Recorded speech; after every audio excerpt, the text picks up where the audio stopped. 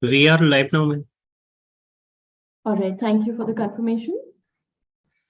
Good morning, ladies and gentlemen, and a very warm welcome to IMA India Case Research Center's third case writing competition and conference. India Case Research Center, popularly known as ICRC, was established in 2018 with an objective of developing, publishing, and distributing high-quality, India-focused research cases for global consumption. Over the years, ICRC has taken many initiatives to create a pool of effective case writers and editors.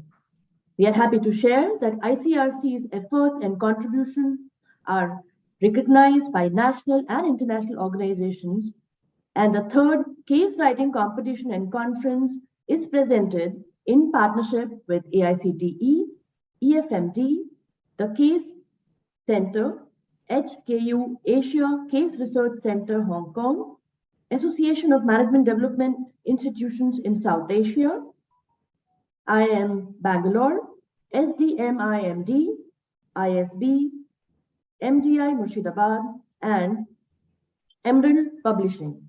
The awards and prizes of the case competitions are sponsored by Mr. Ajit Balakrishnan, founder CEO, Dediv.com. We are thankful to all our partners and sponsors for extending their valuable support in ICRC's journey of developing a large repository of management cases in India.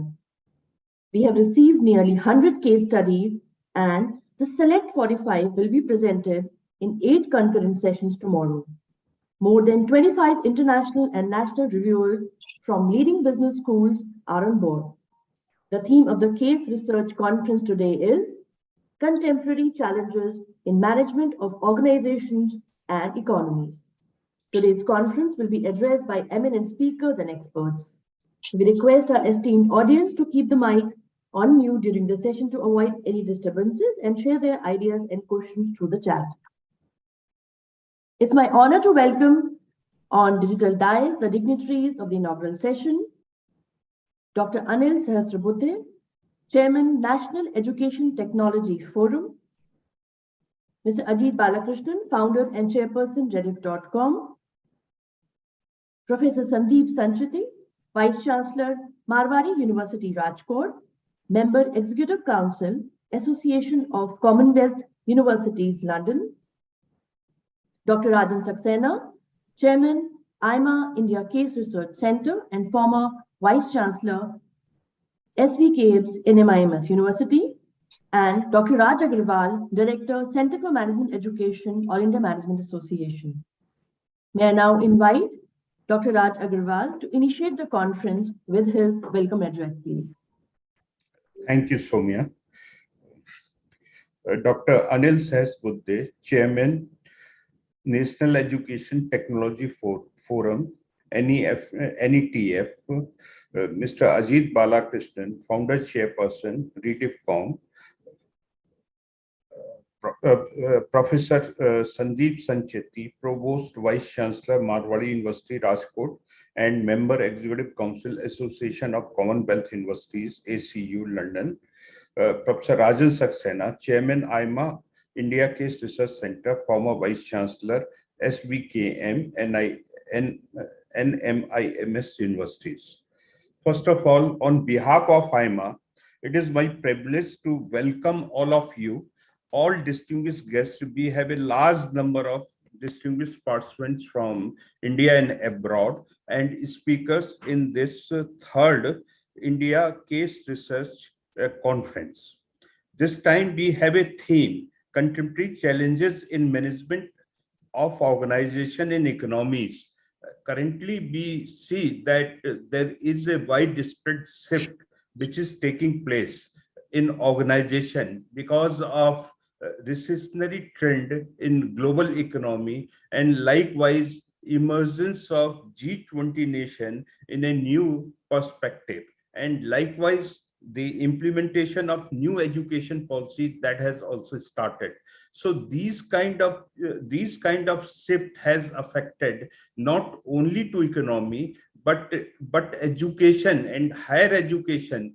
This is also going to make a paradigm shift. In that particular context, India Case Research Center, with the very active support of AICT, Professor Anil Sahasbuddhe has started this India Case Research Center. And this conference also, why we started this India Case Research Center, because one purpose and objective was how to develop this case teaching pedagogy in Indian Institute. And with his active motivation and support, we conducted all over India several workshops, several seminars of this case writing and case teaching. We see that there was an overwhelming response from faculty members. Faculty members, they are highly interested in writing cases, teaching cases, and if this is going to be a part of pedagogy, in fact, in this management education, then there can be a qualitative support and qualitative improvement as far as quality of management education is considered. We too got very good support from Professor Rajan Saxena in setting up this case research center, in conceptualizing the idea, in this is what that developing the framework of experts from India and abroad, by taking the support of various organizations which Soumya has mentioned, India as well as in abroad. And then with this kind of support, we have come on this conclusion, then definitely this case center can develop a lot of cases based on Indian approach, Indian ethos, and this can be a very good approach as far as teaching in Management Institute is concerned. We too are getting very good support from Professor Sandeep Sancheti in various forum of AIMA. Mr. Ajit Balakrishnan, he is also motivating from very beginning by sponsoring the award.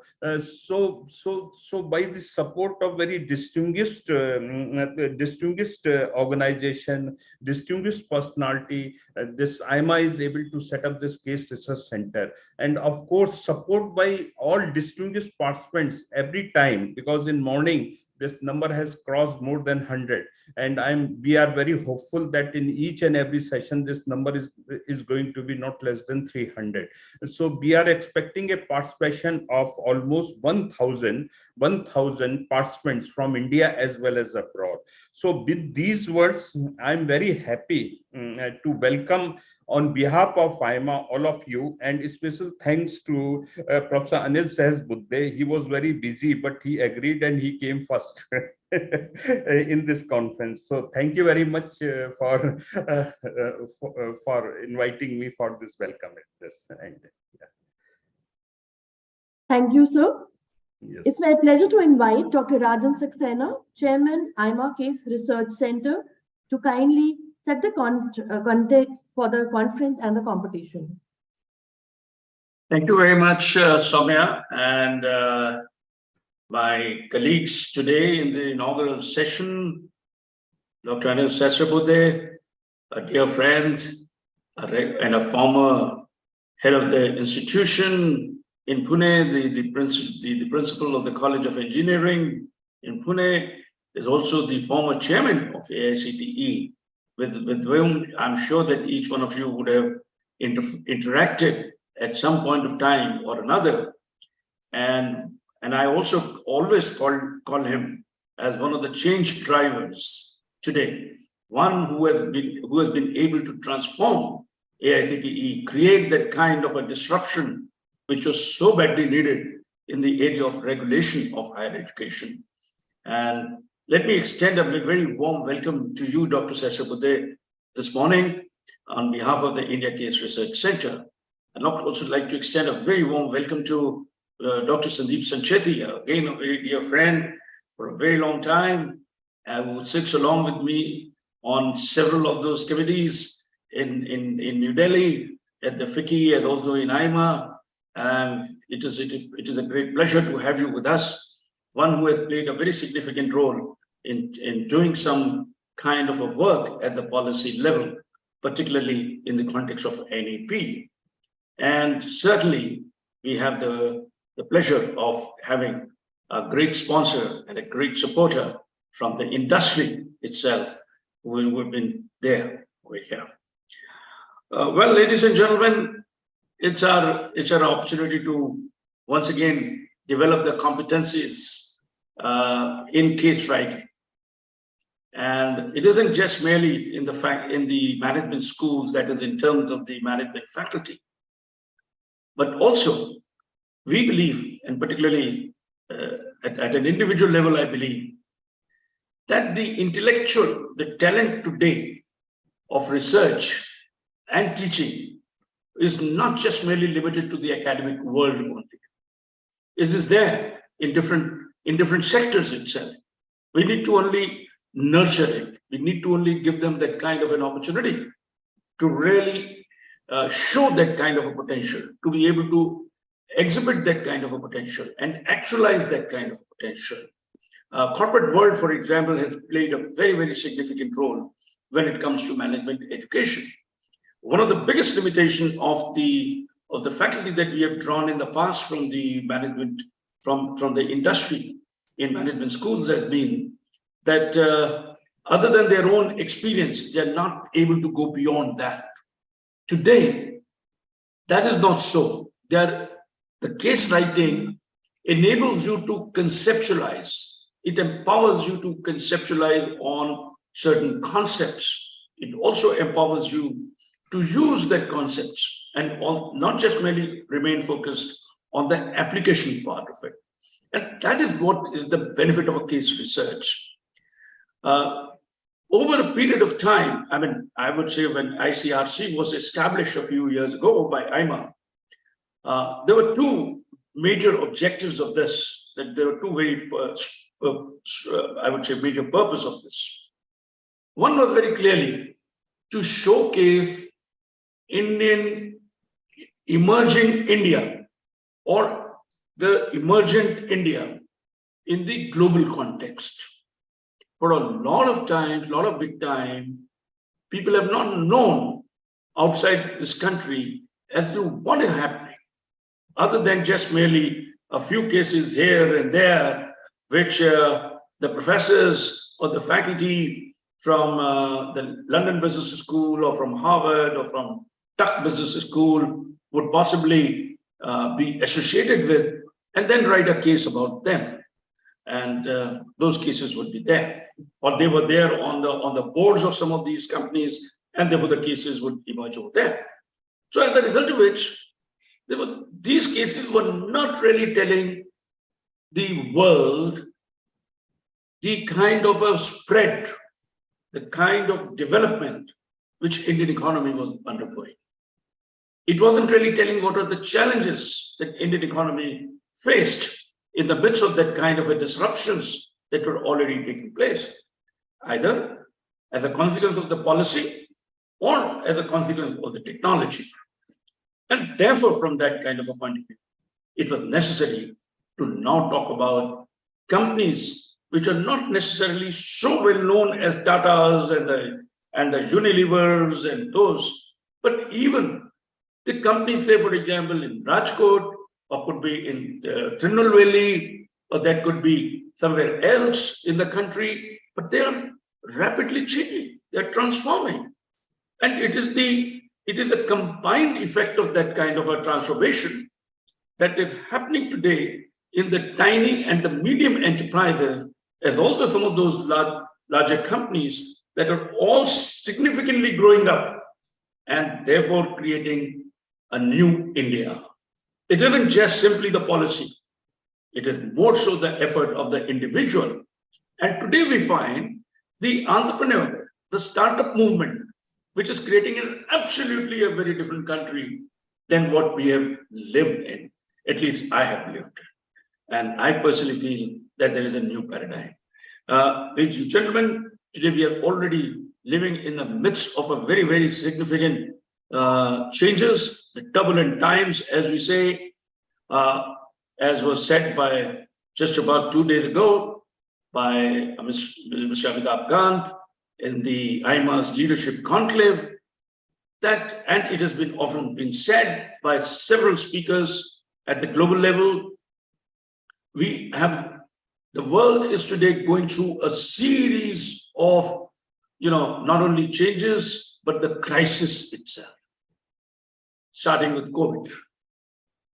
COVID the war, and then again, the kind of a geopolitical changes. And the world doesn't seem to be coming out of that.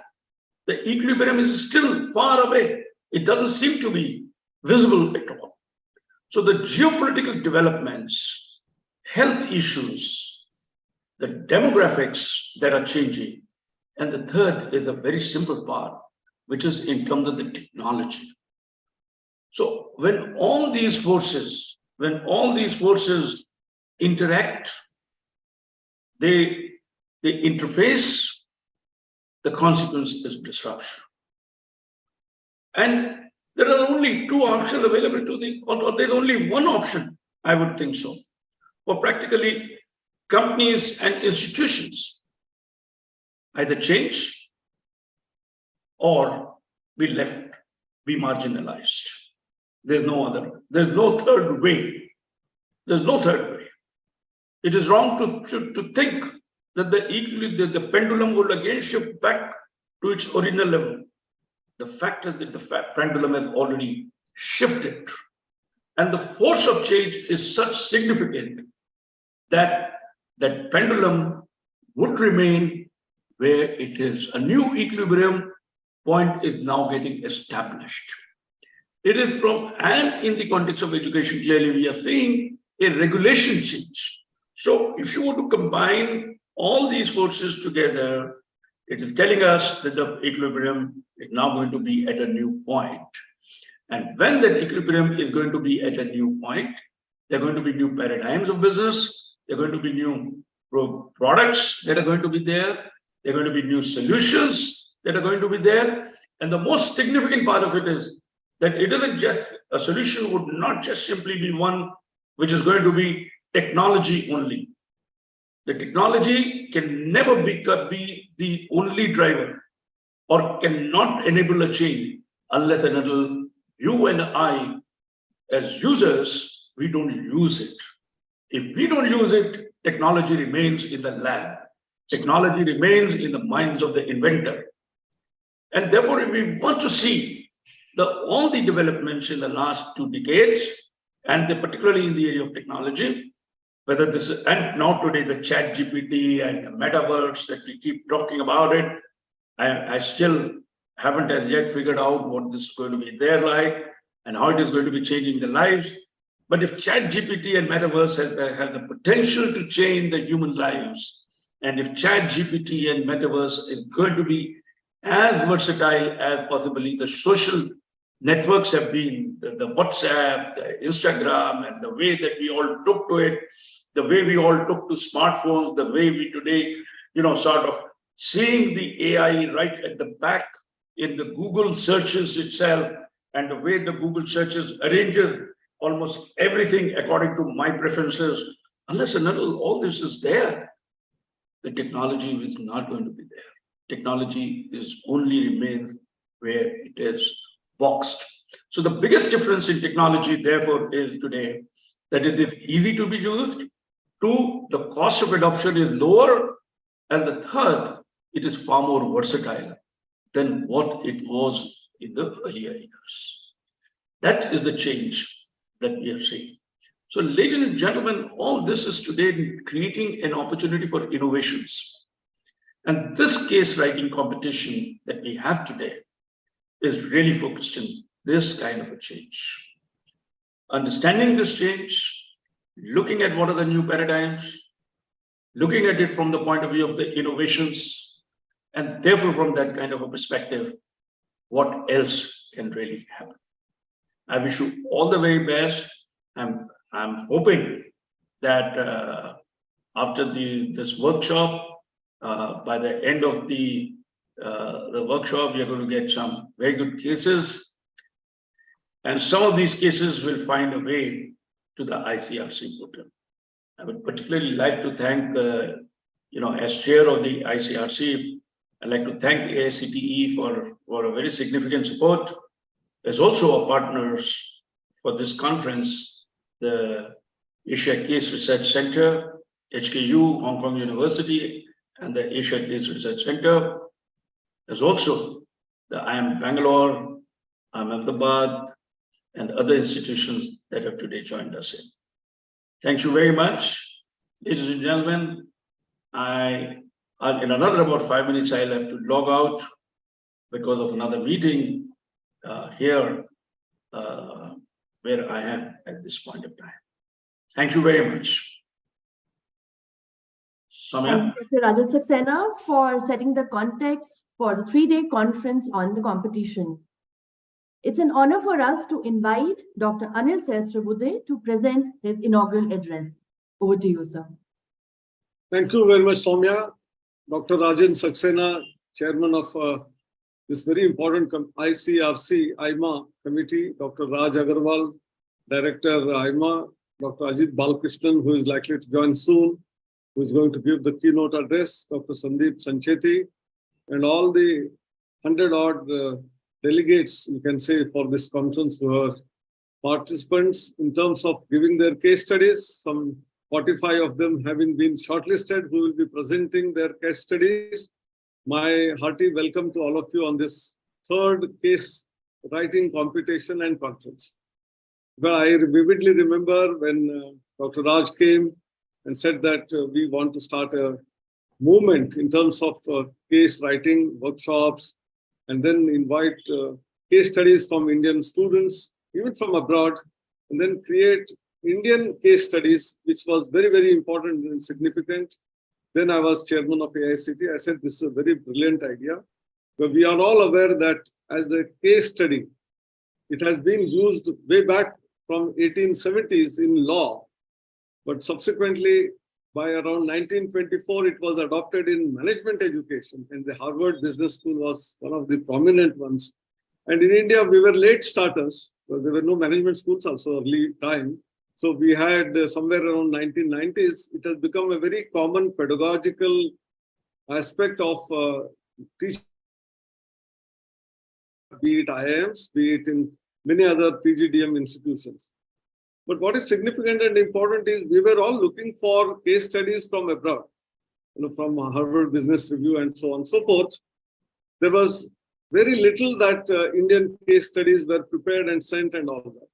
I always remember the famous case study on Mumbai Dabbawalas, which became a very instant hit.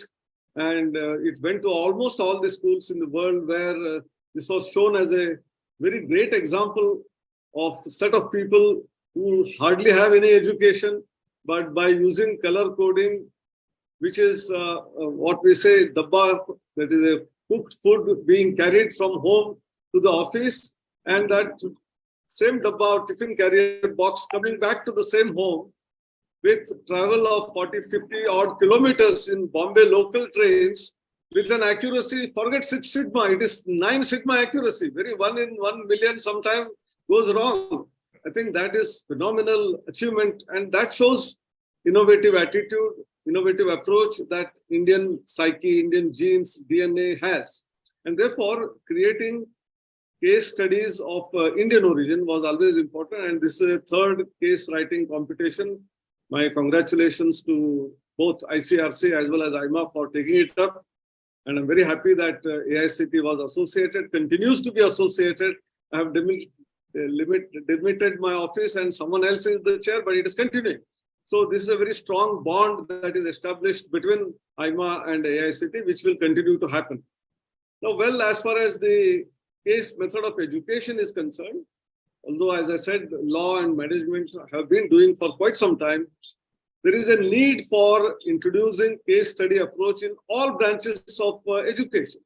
It is not just in management, but it is significant, especially in engineering. I find day in and day out that we give a lot of theoretical input to our students, whereas when they are found to ask some question where practical applicability is concerned, they are found void, actually, in blank.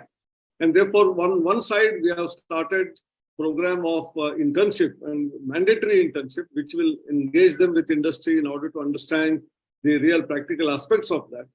And more importantly, the Smart India Hackathon. I think this is also going to be one of the prominent possible case studies someone should take up.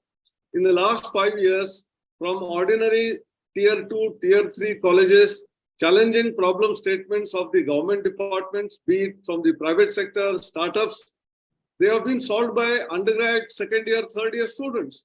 On one side, industry bodies like CII, NASCOM, FICCI, and all of us keep lamenting that our graduates are not employable, maximum 40%, 30%, 50%. Various surveys keep talking different numbers. Never it has crossed 50, 60%. No survey has ever said that the students beyond 50% are employable. That means rest of the 50% are not employable in a manner. But nevertheless, very same students, forget graduation, much before graduation are giving you solutions with high level of confidence, and these are being implemented. And therefore, my appeal is this is also one of the possible case studies. I'll come to some other issues which we can take up a little later. But the important part is this must become mainstream in terms of all variety of education. Why in college and higher education? I am saying it should also come in the school education. Be it third, fourth, fifth standard student, if you bring a case, of course, it should be of the level that the student can understand. And with the very concept of the case study of education, which pedagogy talks about, is participatory. There will be a lot of discussion in the classroom. There is a high impact learning which takes place. Students develop critical thinking ability.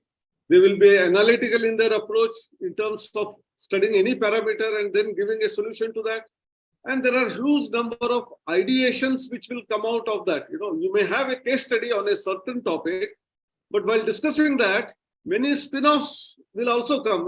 They may be applicable to other domains. And today, through the National Education Policy 2020, we are all talking about multidisciplinary education, multidisciplinary research.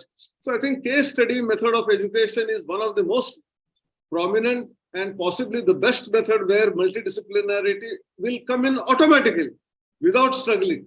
Whereas in other domains, you may have to create a curriculum for that nature, etc. But here, any problem you take, there is going to be multidisciplinarity involved. As far as India itself concerned, Dr. Rajan Saxena very pointedly mentioned about India's story, the growth story of India in the last couple of decades, especially in the last 1 decade. India has grown by leaps and bounds in almost all areas, whether it is economy, despite the pandemic and every country of the world was having difficulties, our growth continued. Of course, 1 year it was a negative growth rate because of everything was shut down, but otherwise we bounced back. And our GDP growth rate, 7%, 6% is the highest in the world. So this is one thing which we have to learn. Then management of COVID itself. Probably no country in the world was able to manage as better as India. The reason is with a population of 135 crore plus. Imagine the number of deaths that happened vis-a-vis some of the so-called claimed advanced countries like whether it is Italy, Germany, France in Europe, or USA, Canada, etc. Our number of deaths were smaller despite our population being multifold. That means we were able to manage. This is also a classic case study. Vaccination, not only developing an indigenous vaccine, but also that vaccine being given to more than 100 crore people, 200 crore plus doses within hardly 1 year. This is also phenomenal. And not only that, each one of those who got vaccinated, by the time they come out of that hospital, on the mobile, you have the certificate loaded onto your mobile. It means in many countries, they are still giving handwritten certificates of vaccination. We are having instantaneous vaccination, which is happening. So therefore, I think we have several things which have happened, and even demonetization for that matter. Maybe there were difficulties, but we started using digital economy or digital mode of payments to such an extent that through UPI, whether it is in a small village, sabjiwala, to a person who is a laborer, everyone uses it on the mobile. And today we have through UPI more than 40% of the transactions happening through digital mode. And therefore, there is less, of course, obviously, black money generated, tax compliance increases. So I think each one of these India stories are phenomenal. As far as education is concerned, very importantly, we started with NPTEL long ago, but subsequently we had the Swayam platform, indigenous MOOC platform created. And today, as many as 3,000 plus courses available for any student anywhere in the country, in the nooks and corners, and they can credit those courses and deposit them in their academic bank of credits. So you transfer from one place to the other place, your educational credentials, certification by Microsoft, everything can be put in there. I think no other country is capable of doing it, that we have been able to do it in a digital format. Dr. Saxena, you did talk about there is technology, there is augmented reality, virtual reality, metaverse, there is ChatGPT, GPT-4, all of that. But more than that, human values, Indian ethos. And I was very happy that this year's track was for creating case studies on the Indian ethos. And the pandemic itself has shown very clearly two fundamental philosophies of India, that is Vasudhaiva Kutumbakam, which is world is one family. Our G20 also is talking about that. We are leaders today for G20. Presidentship is with India. And the concept is one family, one world, one future. And that means this Vasudhaiva Kutumbakam principle has come here. And therefore, our entire development of the vaccine was not for our country alone. We shared it with the rest of the world. More than 100 odd countries received in the beginning free of cost. Subsequently, we have also sold. But that is not for profit as the motive, but with the betterment of everyone. That is the other philosophy, Sarve Janaha Sukhino Bhavantu. And that's why our Indian ethos based, or whatever we call case studies, will become not only important for our country, but the whole world. Whole world needs to learn from our philosophy, whether it is from the Vedas, Upanishads, Ramayana, Mahabharata, whether it is in education sector, whether it is in economy sector, whether it is for environment, whether it is for the healthcare sector, whether it is agriculture, whether it is water resource management, whether it is construction technology, whether it is IT, or tomorrow even in the hardware as well as biotechnology sector. I think India is going to be the leader in the next 10 to 20 years in almost all the fields. We have strength. There was a commitment which was required, and now there is high level of commitment, both from political sector, from the social sector, from the industry sector, and more importantly, people sector. It is the participatory part of that, of whether it is our national education policy, where almost all the people had given their whatever inputs, and we have consolidated that, and now it is being implemented. So collective wisdom of 1.4 billion people is going to change not only India, but is going to change the world. And that's why case studies based on Indian ethos is very significant. And I'm very happy if I'm able to get some time, I will be reading, seeing them. These are all challenges for us, but as many challenges are there, there will be that many opportunities, and we can create solutions for them. And therefore, India is the best breeding ground for creating case studies for the world. With that, I conclude. Thank you very much for inviting me. And I always enjoy being part of AIMA or any other such initiative where we can contribute to the nation and to the world, to the planet. Thank you very much. Thank you. Thank you. Thank Dr. you. Sahasrabudhe, your word of wisdom is a lighthouse for all of us. Thank you so much for gracing the occasion and sharing your thoughts. Ladies and gentlemen, just wanted to share with you that Mr. Ajit Balakrishnan won't be able to join as of now, as he's traveling to Istanbul and he's facing some technical glitch out there. I'll now request Professor Sandeep Sancheti to kindly address. Thank you, Dr. Soumya. Thank you also to Professor Saxena, President AIMA, for this kind invitation, and also to Dr. Raj Agarwal for following it up and inviting me. Very happy to be with Professor Sahasrabudhe and Professor Saxena, who have just now set the tone. Not only set the tone, they have actually said everything which one is supposed to be sharing on this front. Friends, I'm from engineering background. I'm not necessarily from the domain where I've supported the case-based teaching or learning, but I have always craved for it. I have always liked it. I've always tried to follow something in my own way, and I'll possibly share something of that nature with you. But first of all, my heartiest congratulations to AIMA for the third ICRC, which is a great initiative, and also congratulations to AICT, particularly Professor Sahasrabudhe, in whose time is got seeded, because I personally believe engineering domain is one domain which is slightly neglected as far as the case studies are concerned.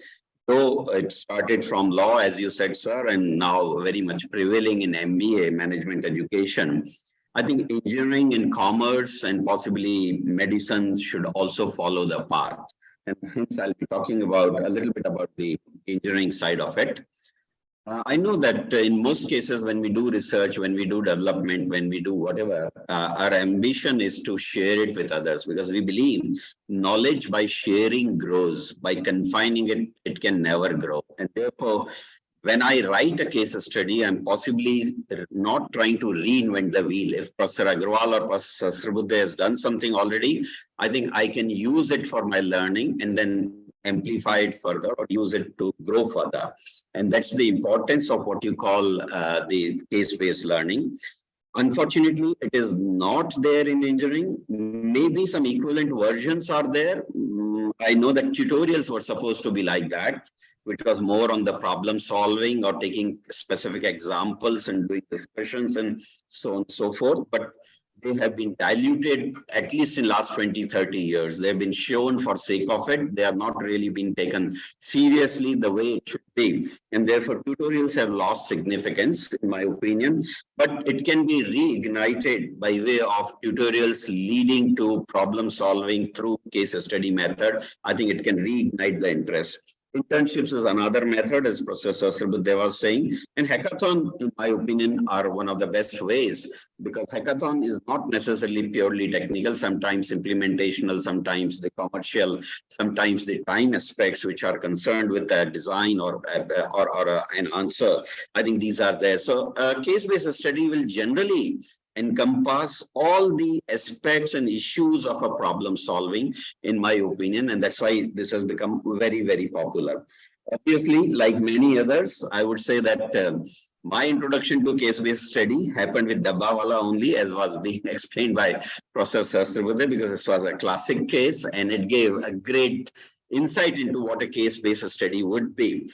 But having my background with the electronics engineering, I'd like to give you a big example, which unfortunately is not available in the form of case-based study, and it is called as the iridium. Iridium was nothing but a chemical element with 77 as an atomic number.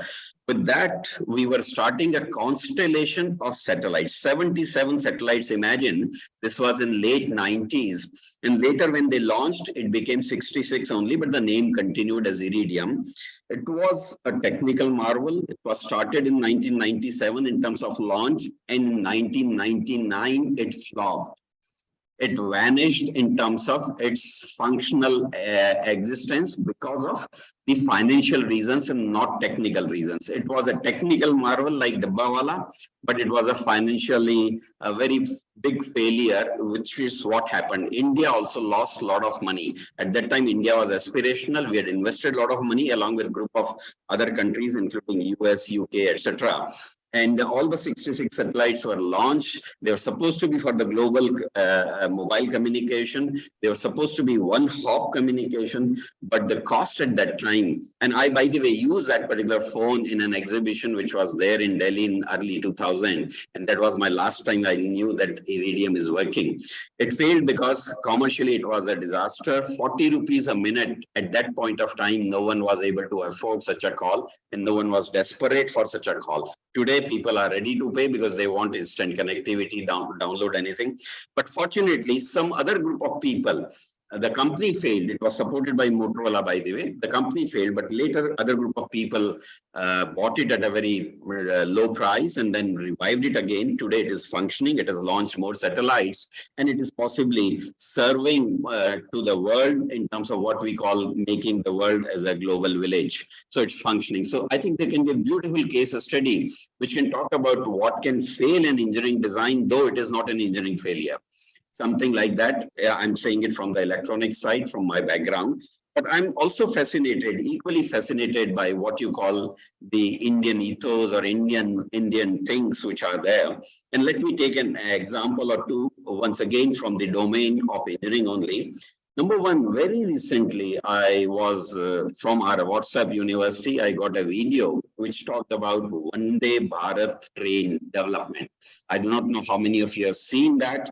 I was fascinated, and I must have seen it 3 times, and I must have shown it to my colleagues two, 3 times, that please go through it. The person who drove it, his history, his commitment, his interest, his risk-taking capacity, his fight with others probably has led to what you call Vande Bharat development at a time which was less than the time specified for it. And today you know what value Vande Bharat is. Yesterday also Prime Minister inaugurated one Vande Bharat from Jaipur, and every state is dying for it. Every week we are inaugurating possibly one. It is high speed, high quality, various other things which are there, which never happened in the history of Indian railways. And this is, by the way, within India. The development is within India. And I think it was the Chennai Perambur Center of the Railways which developed it.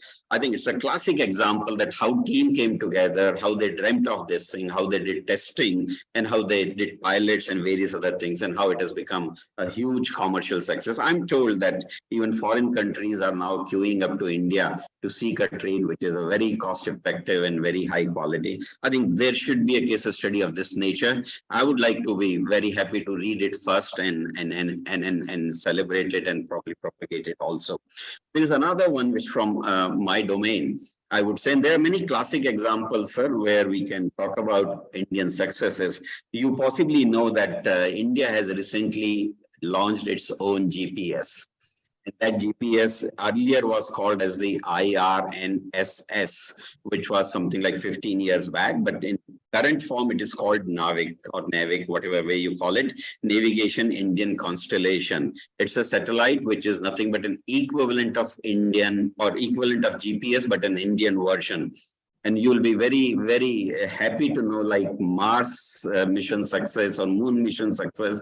This is also a mission success where our resolutions are better than the GPS resolution, where our technology in terms of thought processes is superior to the processes which are adopted by GPS. We use stationary satellites as well as we use the non-stationary or the low Earth orbit satellites to make this happen, which has not been done in the world. I think these are the case studies which will give us a belief as Indians that we are capable, we can do it, and we have a lot to share and showcase to the world in terms of our potential.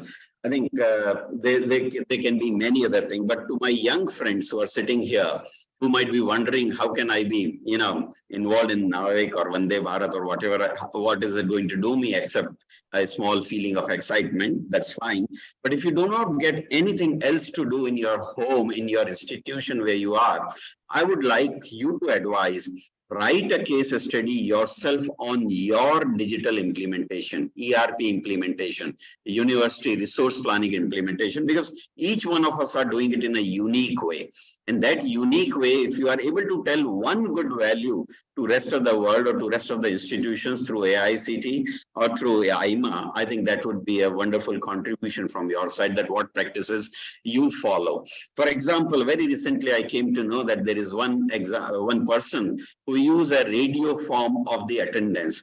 After he finishes his class, let's say after 55 minutes, the classic example is through his mobile, he'll trigger an online mode of attendance, and through the network and through the Wi-Fi or whatever it is there in the system, that system will be in the receiving mode, the teacher's system will be in the receiving mode, and simultaneously the students will be switching on their application and window and register their attendance. No need to call the roll numbers. There cannot be any false calls easily. Even if it is there, they can be traced, and the attendance is automatically fed in my ERP system. I think these small, wonderful things can be a case study each, that how we save time and effectively utilize the time. For me, my dear friends, this kind of approach of case-based studies is mainly to solve real-world problem, to understand the design very nicely, the concepts of design, do a lot of analysis and synthesis which are required in the current world, apply aspects of optimization which are always essential in any engineering design. Nano was a classic example for that when it was made, and I think there are a lot a lot of news about it, whether it's not case study or not, I do not know, but the news that how they achieved the end goal of achieving what you call nano, less than 1 lakh, four wheels, so many sitting capacity, so many possibly doors, or so much is the capacity of the engine or fuel efficiency. Everything was end point concentrated in terms of optimization, that how do you achieve your endpoint. Ultimately, it was all about the critical thinking and, of course, collaboration and team working. So these are the attributes, the problem solving approach, and all that can happen to you through what you call the case studies. This is a wonderful thing. I would also say that when you go to commerce, why should we leave out commerce? Because large number of Indian graduates come from commerce. I think they should be doing some case studies on some of the companies which have gone bust, some of the banks which are not performing well. I do not want to name them here necessarily because they are not necessarily high performing, but I think those case studies can tell you what can go wrong and how to improve in the commercial world also. So there are so many opportunities. I would personally want to contribute to it, and I must, however, convey one small disappointment when it comes to engineering education, that around 8 months back, I had a willingness to write something like that. I was searching for a reference model that how to write an engineering-based case study. My teams and my search on the internet did not help me much. Maybe my approach was not good, but I did not know much at that time. Today, I'll be very happy if I can use the ICRC resources to learn more about the technology-based case studies, and eventually, I'd also like to contribute to that. So thank you so much, everyone. Thank you, Professor Sahasrabudhe, Professor Agarwal, Professor Saxena, and I look forward to more such interactions. Thank you for this opportunity. My best wishes to all the competitors, all the 45 people who have been shortlisted, and others who are possibly competing in the earlier stages also. Thank you. Namaskar. Thank you so much, Professor Sandeep Sancheti. Thanks for your valuable inputs and enriching us in the deliberations. Dr. Anil Sahasrabudhe, Professor Sancheti, Dr. Rajan Saxena, Dr. Raja Agarwal, sirs, grateful thanks for addressing the inaugural session of ICRC's third case writing conference and competition. With this, we now move on to the next session, which is the first technical session of the conference. The theme of the session is Organizational Challenges of Fund Flows, Cases in Finance Management, Fund Flow, Risk Management, Liquidity, Valuation, Financial Fraud. We welcome panel of speakers of the session, Professor S.N. Prasad, Deputy Director and Professor Strategy, SDMIMD Mysore, visiting faculty at ESC's Paris, France, Mr. Pankaj Dhingra, ex-Global Finance Director at the Boston Consulting Group, and Professor Anand S., Director, Postgraduate Studies and Research Department, College of Banking and Financial Studies, Oman. I request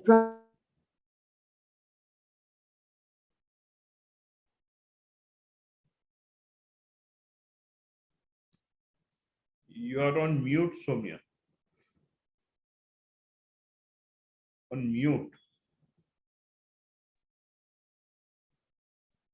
Yeah, Soumya is joining us back. I think this is a time that we would be inviting all our panelists for the day.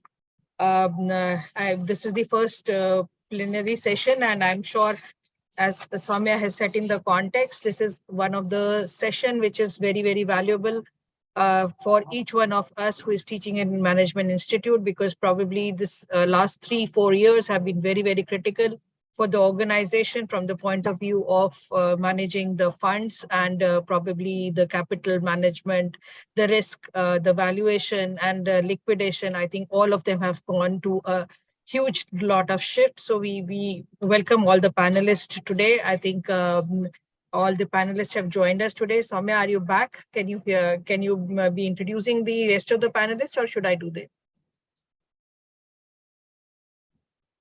So Professor S.N. Prasad, Deputy Director and Professor Strategy, SDIMD Mysore. He's also a visiting faculty to ES Pau, France, has joined us today. Along with him is Pankaj Dhingra.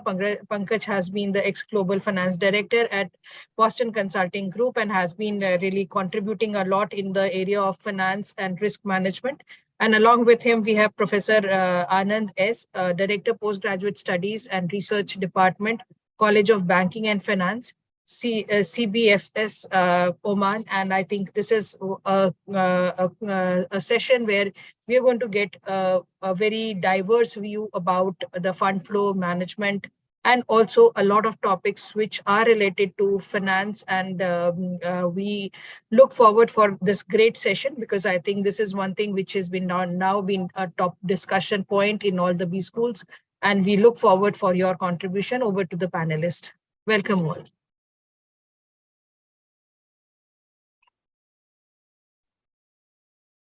Thank you, Dr. Anuja and Ms. Soumya. Thank you, Dr. Agarwal. And I welcome my co-panelists, Mr. Pankaj Dhingra and Dr. Anand S. Good morning. The issues given to us in the as topics for perhaps in future the generating case studies, fund flows, risk management, liquidity, financial frauds, and managing risk. All these are too vast an area to be covered in, say, 45 minutes. And we would make an attempt to cover because this is such an interesting area. And there are some sort of myths which are prevalent in the field of management. Let us, the way we want to conduct this a particular session of 45 minutes is that I'd give a broad introduction to the entire all these 4 or 5 areas. Then I request Mr. Pankaj Dhingra to give his views in a speech and followed by Dr. S. Anand. Then there are a few questions which we have created, I have shared with the panelists. And on that, Mr. Pankaj Dhingra and Dr. Anand S. would be giving their views. So the set of words fund flows normally seems to any student or faculty that it is purely a financial problem. It's not a financial problem. It is an organizational problem. Let us just take one simple example. That is, there is one particular organization called Indian Energy Exchange, which the Indian government that is started with IIFL. That is, India started its auction house for distributing energy. For example, Himachal Pradesh generates a lot of electricity, and that electricity is surplus and that has to be shared with other states. So they auction it through this Indian Energy Exchange. Virtually auctions around 96% of the hydel and all other thermal power generated. Now you see, there is no dearth of funds because it was seeded by organizations like ICRC, Government of India, etc., etc. It's a fund flow problem which is inherent to the Indian system. The fund flow problem is because of the state government electricity boards don't pay. So you see, it is an organizational issue external to IEX. IEX is doing wonderfully well, and that is one problem. You see, it's no longer a finance problem. It is a problem of the system we have and the processes we did not set up earlier. Now let us come to traditional case studies which are already present in the areas of fund flow. That is ITC. Of course, you know, ITC has been struggling for the past 50 years to separate their cigarette and tobacco business and their FMCG business. And normally the case studies all deal with the fact that ITC did not set up a separate distribution system, whereas distribution system in FMCG is the strength of the company. And of course, their growth in the past, say 20 years, not in the last 1 year. Last year, in 1 year, they have done very well. They struggled to grow their FMCG business, whereas cigarette kept on funding them and the taxes on cigarette kept on increasing.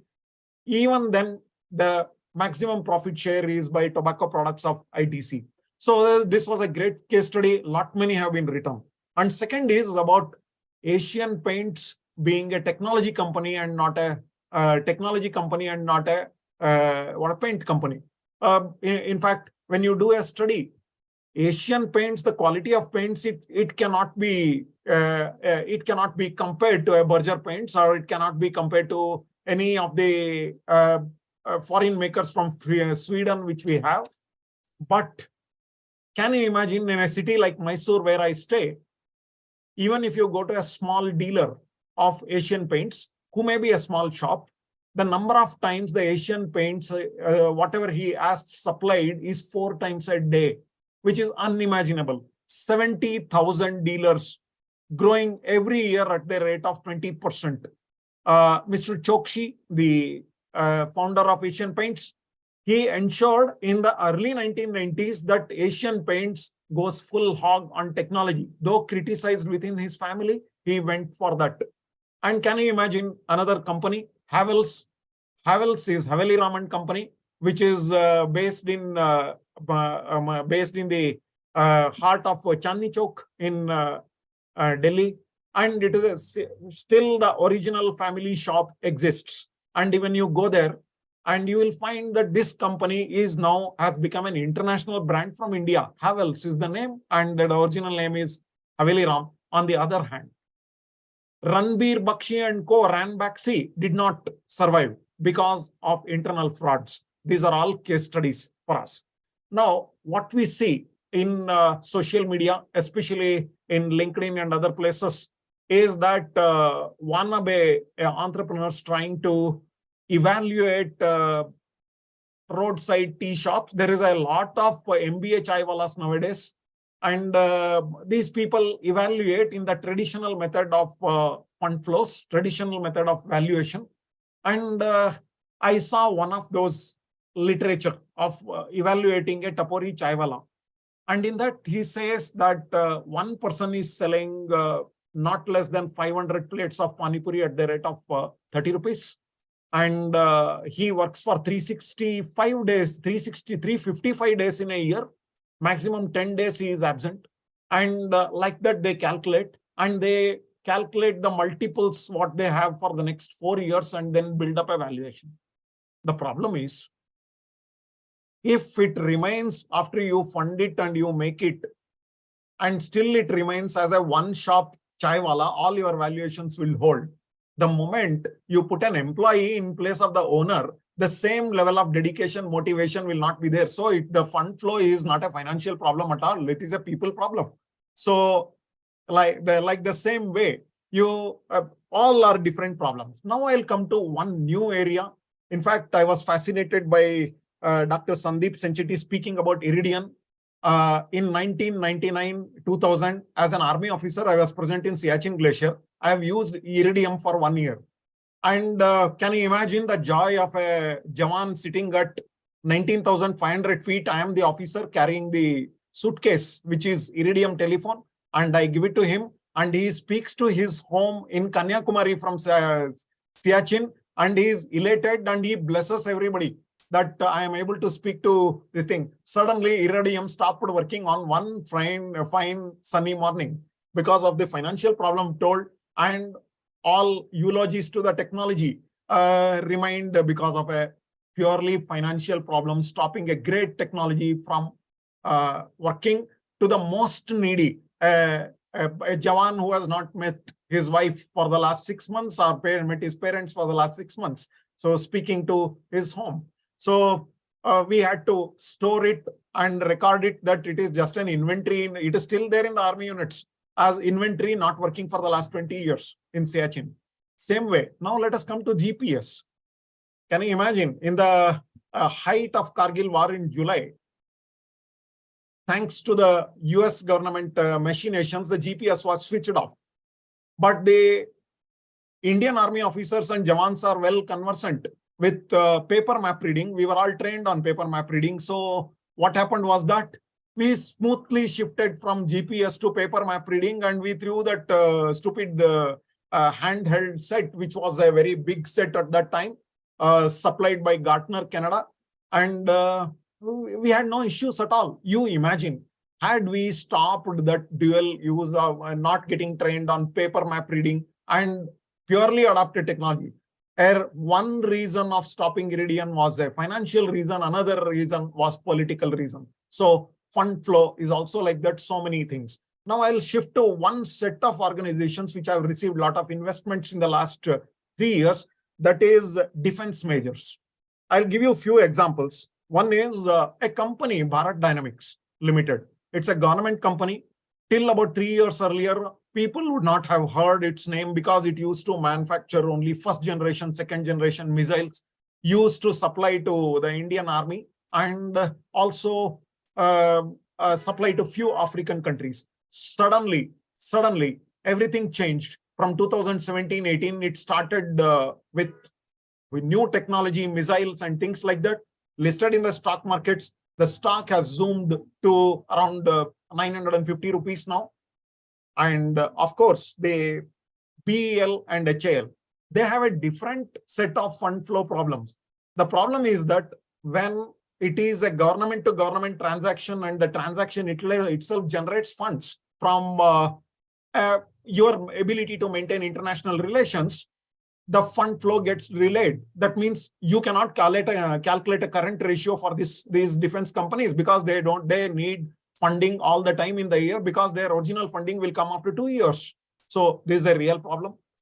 Now, coming to valuations, perhaps the most valuable company which listed in the past, say 6 months or so was LIC.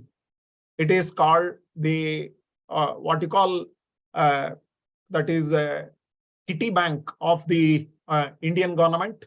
Indian government, whenever it wanted to invest anything or divest anything, it would approach LIC. And can you imagine when it listed, all the noise created many people. In fact, LIC sold its, that means LIC gave preferential shares to its policy holders also. But it was a damp squib in terms of listing, and after listing, it has fallen. And now it is, I think, around 55% of the listing value. That is the offer value. Why? And can you talk of its valuation? Its valuation, it holds about 9 lakh crore worth of stocks and shares, has a board members in around, I think, more than 100 companies. And it is there, LIC is there, as LIC has got, LIC has purchased around 5 to 10% of mutual funds of various kinds, with, of course, the premium paid by the people of the country, which are in several crores in number, which is a monopoly company. But the stock value has not taken up. It is a problem of fund flow because it's like you are owning an empty plot and the money is not liquid. Even though you have around 14 lakh crores of funds, you cannot do anything about it. And the premium growth has slowed down a bit because the government permitted other companies to come. Of course, it is very, very valuable to own LIC as a share in the very, very long term. It is going to be a huge blue chip like IRCTC, but not now. But what happens to the retail investors? The retail investors think that nothing is happening in this company. This company is useless. Of course, it's one of the most valuable company. It is a fund flow issue originally.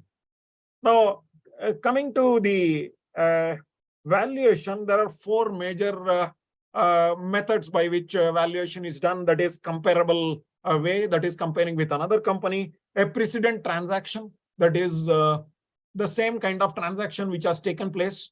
And a discounted cash flow, which is the most popular. And the last is Fish-Chicago model. Fish-Chicago model is the best possible scenario, mid-level scenario, and the worst possible scenario, and all that. It's an American method. The most prevailing in India was the precedent transaction method. However, with the new technology coming in and most organizations dependent on internet, the precedent transaction method has virtually created a lot of problems. Let me tell you one small example connected like this. 2011, the stock value of Amazon on the Nasdaq was equal to that of Walmart, which was earning around 14 to 18% profit for the past 30 years then. And Amazon had never earned any profits. And both were quoting at around anywhere between $243 to $260. And come 2017, Amazon was quoting around $453 and Amazon was, I'm sorry, Walmart was counting $453 and Amazon was counting 3 times more in 2017 because it had earned its first profit in 2017 after roughly around 19 years after listing of $250 million. What did the people see? People saw potential in Amazon and people saw steadiness in Walmart. It's like comparing a fighter plane with a passenger liner, and passenger liner is very, very stable. You're very, very comfortable, but it is not maneuverable. To take a turn, it will take half a kilometer. And a fighter plane is most maneuverable. Within a minute, in 20 feet, you can turn, flip, and also fall and die. So it's the same thing. People had a lot of potential. People saw a lot of potential in Amazon. So that is how the valuations were set. So the market cap today of Amazon cannot even be compared with Walmart. And now coming on to liquidity, as I mentioned to you about LIC, let us come to one recent case of mutual fund house, which is suffering some problems due to some internal issues. That is Axis Bank MF. In the Axis Bank MF, all the mutual funds which that are listed have been doing not so well for the past 6 months. It's because one financial fraud was found out by the government and SEBI warned them. And then later, though their selection of stock, nothing much is wrong. People are selling it, NAV is not going up. So this is a different way of looking at liquidity. And now coming to the original problem in India, which occurred in 2008-9, on which much has been written, on which much was discussed, and recently a book also came, that is Yes Bank. Yes Bank as a financial fraud. Recently in September-October 2022, a book was published by T.N. Manoharan, one of the members of the, is a CA, one of the members of the reconstituted board of directors of Yes Bank, who have the claim to fame of making the course correction in about 100 days, and then safely handing over Satyam to Mahindra and Mahindra. These are all the issues, myriad issues, which are possible fields, fertile fields for writing cases. There is no dearth of it in India. In fact, I can safely say India is such a fertile field for writing cases by our students and faculty that for the next 20 years, you need not look anywhere in the world. That many cases are there. And finally, coming to financial frauds. You all have heard of SVB, Signature Bank, etc., etc. What T.N. Manoharan has narrated in his book, the book is about Yes Bank, is that about Satyam, is that the Ramalinga Raju was in a way, he did not do actual and active fraud, but he hid the transactions, wanted to replace the loss of the stated funds and stated margins in terms of some real estate replica or with a sister concern belonging to his brother, which resulted in a 5,506 crores of notional loss. Though it's a notional loss, he came on TV, he announced it in a press conference, and all the hell broke loose. That became a turning point in 2008 to infuse a lot of changes in the SEBI rules for the wrongly. I have mentioned Yes Bank earlier. It was not Yes Bank, it was Satyam, about which T.N. Manoharan has written the book. Satyam is a case where it was a one-man show, Rana Kapoor, and that was also a case, a financial fraud, which came out later. And now coming on to last one, the financial frauds today are more cyber in nature.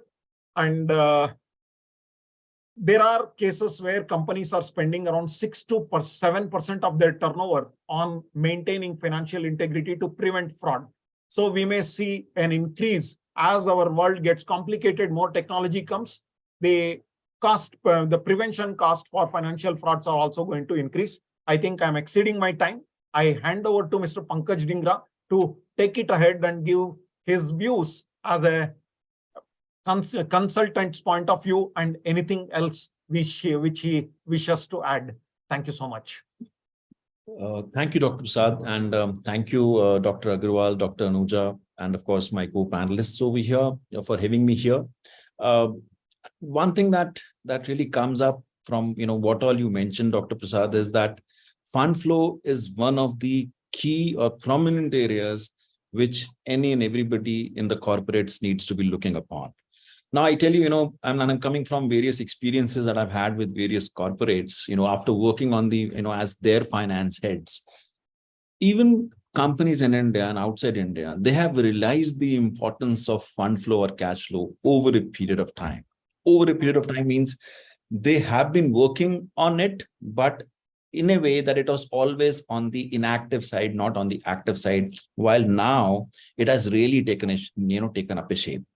As a consultant, I've been part of various discussions, various arguments, various proposals, wherein we have been contemplating purchase, sale, investing, diversification, and so on and so forth into various industries, various companies.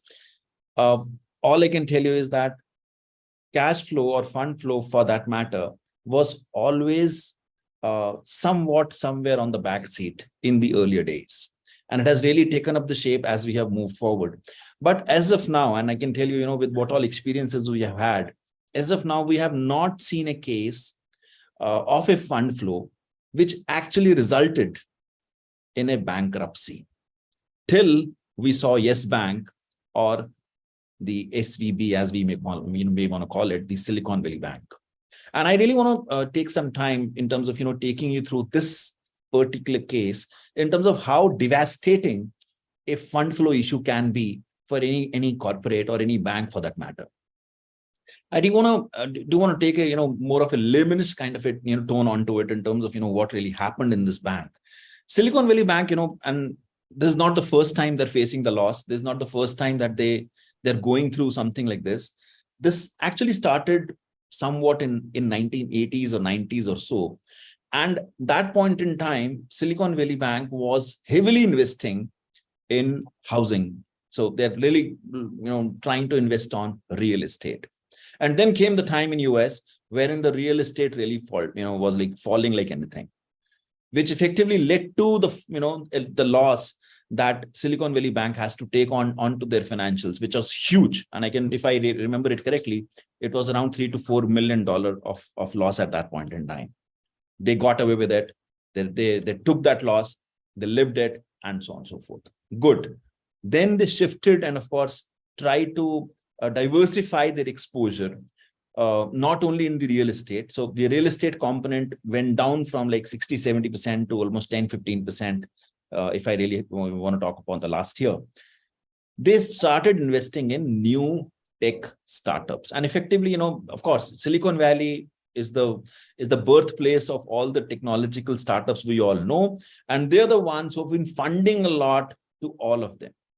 So what happened actually, which has led to what has happened, and there is no financial fraud, I can tell you, with what all I have learned, I've seen, I've studied, there is no financial fraud that is there over here. It is only and only fund flow issue, and of course, a bad decision making that led to the fall of SVB. Now, how that is, and this is effectively and can be a good case study for any student who really have to see how fund flow can have such a devastating impact. Now, SVB has been funding technological startups for a good amount of time, and they've been doing really good, because technological startups also have been starting giving good amount of results. They used to make good amount of money and so on and so forth. So everything was going fine till COVID really hit them. Now, when COVID came up, the technology industry went on to the boom. Everybody wanted to raise up the money. So all the technological startup, and if you really go back and see the SVB's financials, you would see that SVB financials also was citing the case wherein technological companies were raising huge amount of funds from the angel investors or the investors abroad, and they were putting their money or investing their money in the SVB bank. So effectively, SVB's bank's deposits went many-fold from what they used to have prior to COVID. So they were having a good amount of money, right? Okay, good. My people who have been banking with us are really investing their money with us, depositing their money with us. So they had huge cash lying onto their plate. Good. Now SVB want to earn money onto it. They went ahead and invested this money in the government bonds. That is the safest investment, right? They did not do anything wrong. It was a safe investment. American bonds are the safest ones to have. Why not? While they would have a very low rate of interest, but they would still earn some interest in the COVID era, which is a very rightful decision. They went ahead and invested the money into the government bonds. Very low rate of interest. Within 2 years of time, the rate of interest in US have increased a lot. Now, if the rate of interest increases, and I'm more talking financial management over here, but if the rate of interest increases and my bond has a lower rate of interest, that effectively means that my bond price will fall. So effectively, my bond prices, were not getting that money which they needed to have.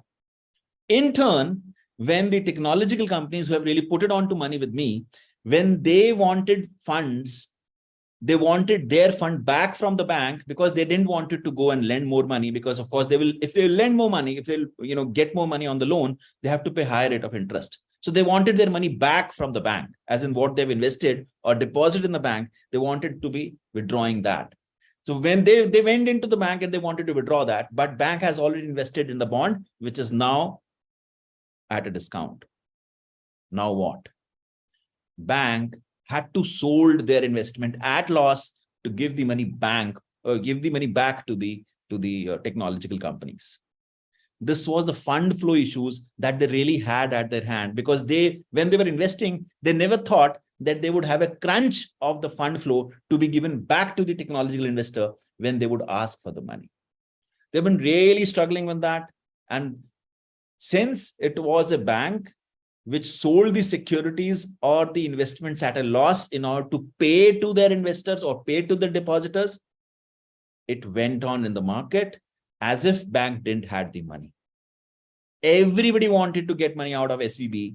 And guess what? The problem got multifold. They had to sell more, they have to sell more and more in order to pay cash to the people at large, to the technological companies at large. End of the day, they were not able to manage the cash flow or the fund flow of their bank at large. They were not able to manage the receipts and the payments, and they had to sell all of their securities and deposit at loss, and they filed for bankruptcy. This is a classical case that I believe is a throughput or a situation that a fund flow or a cash flow can really lead to, specifically in the case of financial institutions, wherein if something goes wrong from the fund flow side, everybody comes over and they start withdrawing their money because they want their money to be secured. So the problem, instead of getting captured, it increases, or it goes multifold. The same case in a way happened in Yes Bank also. However, in Yes Bank there was like fraudulent practices also that were there on the on the backside. But in SVB, and what all research I know and I've done and I have understood, there was nothing wrong in terms of what they did. But they did not capture the fund flow issue that they may get exposed to if the situation goes otherwise. It went on, and rest is the history now. So this is what a fund flow kind of an issue or a cash flow kind of an issue can do to a corporate like SVB or AS Bank or whatsoever. And that's where we as colleagues, we as students, we as faculties, we as corporate citizens, we as corporates need to be really worthy with that fact that this is something that really needs to be taken care. This is something that we really need to have it at the back of mind in any decision making that we be doing. As a consultant, I've been to various corporates. I have been working with various corporates. I can tell you the kind of rigor and the kind of push that I've seen on the cash flow side has really gone up multifold. And I do feel that there is a lot that we can do onto it. But, as you said, Dr. Prasad, that, this is something that is very prevalent in various names that you took, various corporates that you took as an example. And all of us, are are really needed to have a look onto it before we really think of not only investing, but of course, working with these kind of companies. I just wanted to share this example and of course, share this case with you, because I do feel that, it was very apt over here to share the fund flow issue leading on to a fall of a bank like SVB, which was, I can tell you, they were having $60 billion at times in the form of the deposit that happened at that point in time in the COVID era, but they didn't expected that something like this would happen, which would lead to fall of the bank itself. That's what I wanted to share, Dr. Prasad, and I'm happy to answer any queries or questions that may come towards the end. In the interest of time, I'll hand over to the other panelist. Yeah, thank you, Dr. Anand, please. Yeah, namaste. Good morning to you all. And at the outset, I thank and congratulate AIMA for giving me an opportunity and also conducting this useful case writing conference and competition. I think my previous panel speaker as well as Professor Prasad has given a very good idea about fund flow point of view, various aspects, corporate challenges with regard to various aspects. So since I am staying in Oman, so then I'm thinking like, I can give you the perspective of fund flow issues from the Oman side to some extent. Well, so in this part of world, like in GCC, the case writing is not at all developed. This is one area which I think the universities in the GCC should try for the next level. So here, the most of the cases, the faculty member focuses more into writing research paper rather than case writing. So recently, the various, because the accreditation process is going on very strong here, so that is why most of the universities are also moving towards recording, documenting various cases, which may be useful for policymakers as well as for the purpose of academic research. Well, so with this brief background, moving forward, I just wanted to highlight that regarding the theme of the panel, that is organizational challenge of fund flow. With regard to this, we have to identify that from the point of view of international angle. So why the fund will flow? That's mainly because of trade, labor, as well as movement of short-term and long-term capital, especially maybe FDI, portfolio investment, as well as debt. And apart from that, the recent cases, which is not recorded, like money laundering, corruption, terror funding, all these things are also causing for movement of capital from the international angle. Coming to various Oman context. So in Oman, it's a small country. It's a petrol-driven economy. So around 80%, 80 to 85% of the revenue comes from selling oil and gas. And remaining around 7% of revenue comes from tourism, and remaining from trade and manufacturing process. But the vision of Oman is to reduce the dependency of oil and make the Oman as a diversified economy, because everybody knows that oil reserve may end by 2050, and then the economy should have alternatives for their funds. So that's why the Oman economy is focusing more into diversification, especially for tourism as well as manufacturing sector. So that's why they are preparing various manufacturing hubs, like we have here in Oman. There are 3 or 4 different special economic zones. One in Salalah, one is in Sohar, another one is in Dakum. It's a new city which is just opposite to Gujarat. So a new city is developed, and the new special economic zone is developing here. So all these things, all these special economic zones are developed from the point of view of diversifying economy, so that then where the capital comes. So all these special economic zones, the capital will directly come from foreign country. Even we have so many Jindal Steel is there, and even so many chemical manufacturing industries are also there. So some of the fertilizers will be manufactured near Muscat, and which will be exported to India. So that is Oman India Chemical Company is there, something like that. So like that, so we mainly because of Oman is at present is not having a severe liquidity problem. Of course, during the oil, when oil price has reduced from all of a sudden 113 to 28 during COVID time, so it has a severe problem. So the resilience was very high because of the country rating. It was reduced, and recently the country rate is improving because that indicates the country's improvement in the cash flows.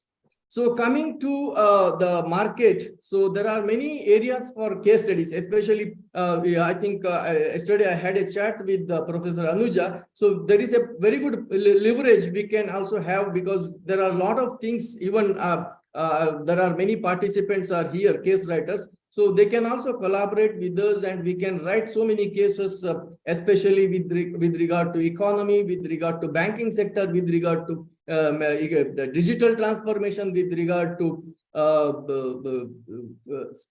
SMEs, the major problems faced by SMEs. There are so many issues are here to make to write case studies in Oman.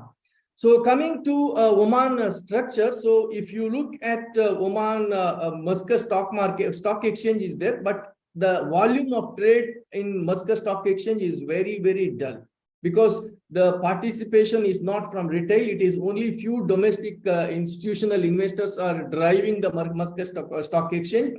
Otherwise, the retail participation is less than 2% or even less than that. So foreign institutional investors participation is also very less. So that is why you can see the flat kind of the movement in Muscat stock exchange. So the average market capitalization is around $48,900 US in Muscat. And another important thing, as I told you, so the capital flight, why capital is moving from Oman. So one of the reasons of, because Oman is more out of the total population, 45% of the population of Oman, they are expatriates. Only 55% of the population is in from Oman. So all these expatriates comes here to serve, to work here, and then their remittance will go back to their nation, their native country. So around 3.1 billion of Omani Riyal is being remitted on an average annually. But in recent times, the annual remittance has come down. So that as even and in the years to come, there are many restrictions they may also impose, because in some other nation, if you earn money, if you earn, then some portion of, like, let's say 30% of your money should be spent in that particular nation. So like that, there may be some policy changes may also come. And right now in Oman, it is tax-free economy.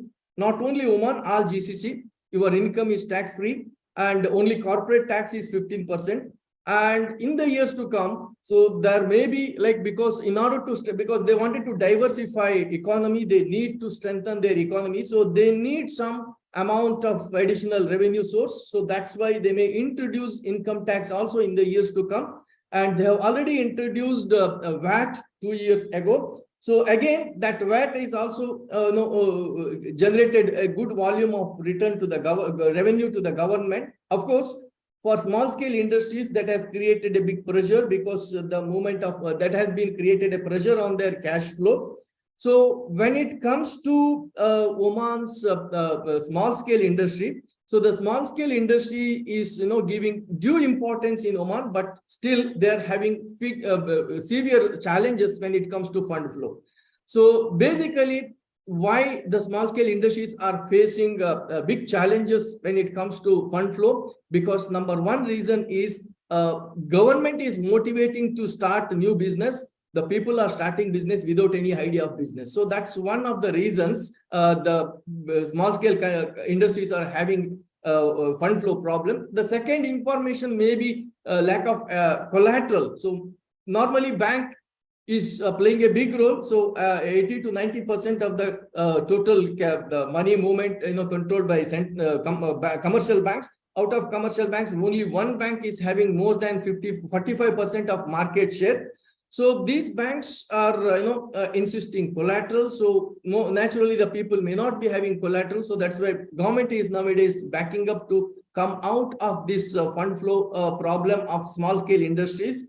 And again, a delayed payment is one of the important problem in Oman, especially for small scale industries. So the government has come out with regulation that small scale industries payment should be settled within 45 days. So this is a regulation. So just to give a relief for delayed payment.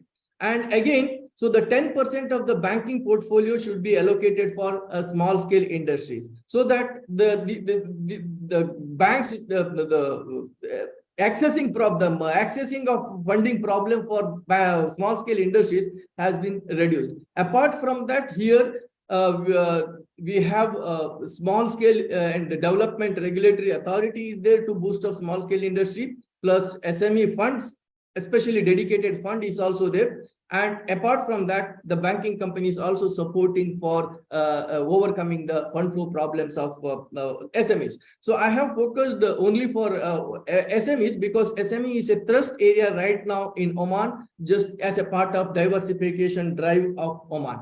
So other than that, so Oman, there is no exchange rate fluctuation problem, especially come to dollar, because Omani Riyal is pegged with US dollar 2.59.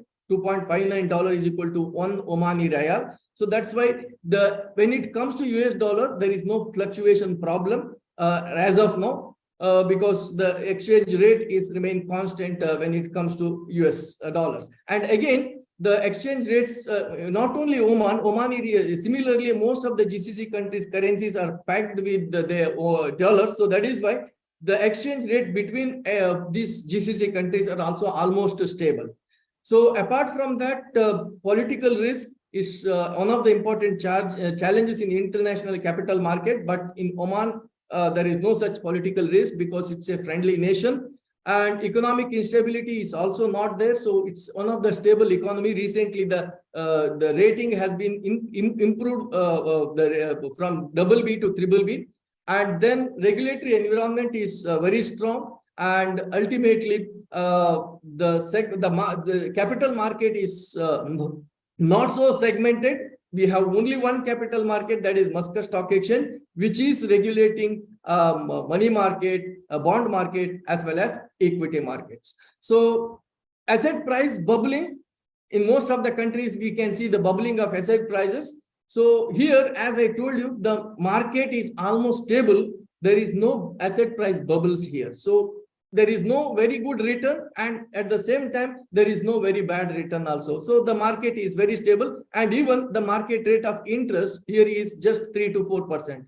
And on your savings bank deposits, if you keep money in savings bank deposits, you don't get any interest here. So if you keep bank deposit EFD, it may be around 3 to 4%, and the interest rate on personal loan, it is around 4.5 to 5%. It's very competitive. Again, if you bargain, you may get even 4% also. So this, and even for government 10 years government developmental bond, you may get an interest rate of 6 to 7%. So this is the overall trend in international capital market, as overall capital market, as well as fund flow, capital, as well as money market trend, as well as the impact of this on SME. Thank you.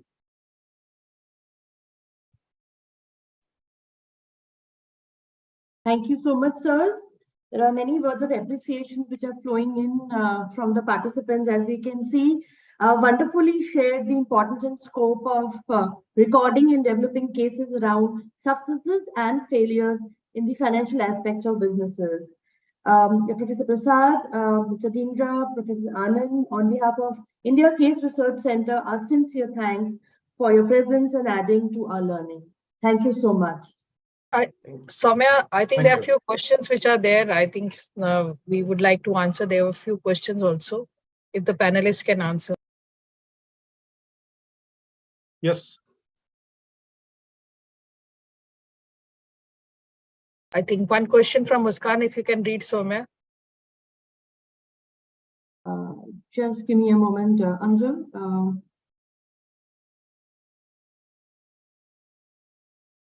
All right, yeah. A participant would like to know your thoughts on valuation of startups. Valuation of? Startup. Yeah. You say valuation of startups. I think one point which I briefly mentioned regarding, say, pre-IPO valuation of Paytm, you know what happened later.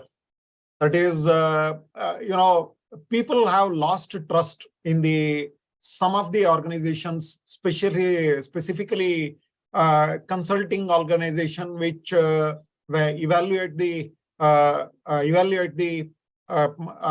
that is make a financial evaluation before the IPO.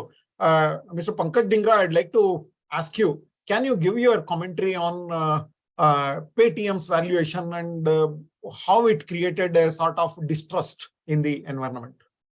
So we have a confidentiality issue, with regards to this. So I'll without naming any particular company here.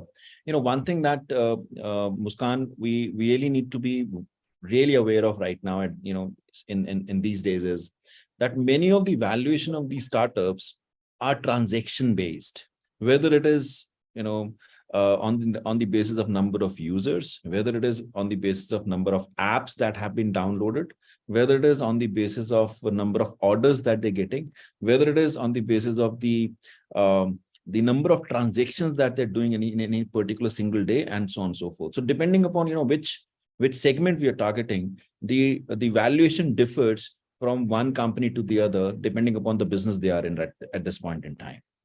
And of course, there is a multiplier that we attached. Of course, as Sir mentioned, that there is a prior or precedent transaction method that we use at times, wherein we go and of course we follow a methodology wherein we see that what has happened in past in terms of valuing these companies, and we follow that as a process. Now, to give you a laymanish view, let's say if we are valuing a company like an Amazon, what we do is that we take into consideration the user base that they have. We take into consideration the kind of sales that they're making. We'll take into consideration the number of orders that they're receiving in a day, and we give a weightage to each and every component, and then finally do a valuation of a company at large, that this is how it's gonna be. Similar things would have happened in various examples that Sir has also taken in terms of the startups. Now, the important piece is that many of the times user or the investor, they invest having a future in their mind, and these valuations are always future driven, right? Yeah. Many of these companies, they may not be making even a single penny at this point in time. They may not be making, but they are expecting to make money with this user base, with these many number of transactions, and with of course the sale figures that they really have at this point in time, despite the fact that they are cash flow negative or profit negative, as in they're loss making. But the expectation is that down the line, in 5 years of time, 7 years of time, they would be making money. They will be having a positive discounted cash flow. They would be having this much of a profit. And considering that profit, this is the valuation that we would give them at this point in time, which is like today. Now, this kind of an investment is always a riskier one,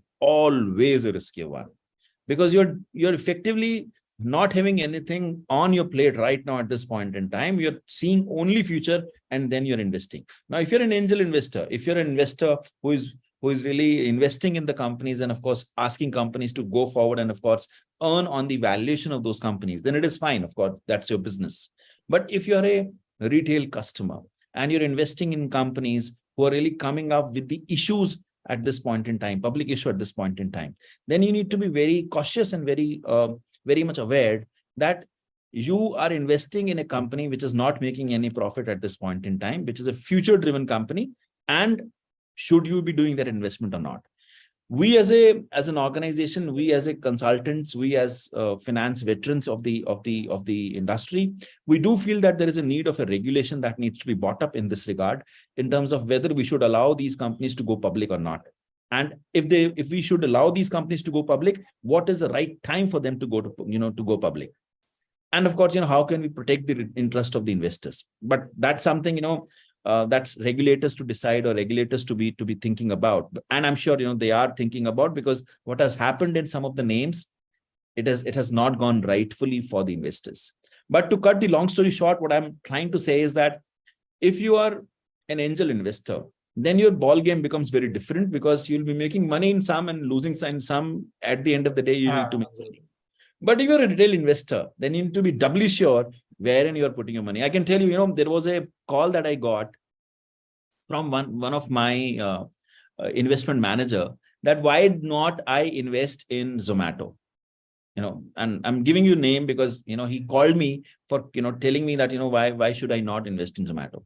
But of course, with whatever knowledge we have, whatever background we have, we never wanted to invest in Zomato as a retail investor, because it's not a profit-making company, come what may. And I'm glad that we didn't invest it. As in, I'm glad that, me, my family and my, colleagues or my friends, we didn't invest it because, somewhere we knew. So it's a different lens that you need to wear. It's a different risk appetite that you need to have to take those kind of risk and move forward. But as far as valuation is concerned, Dr. Prasad has rightfully mentioned 3 methods, and those are really happening. Dr. Prasad, over to you. Oh, thank you. Thank you, Mr. Dhingra.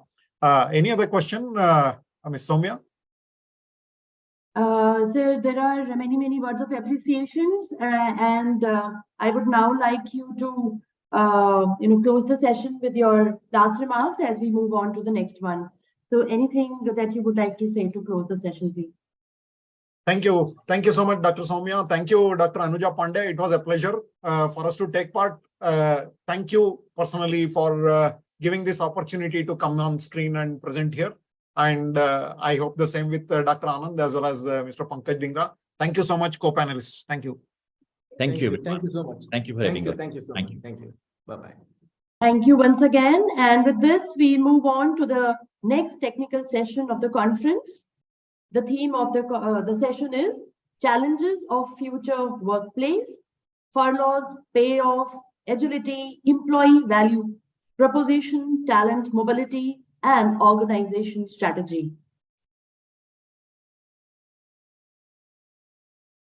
Let's welcome the distinguished panel of speakers of the session.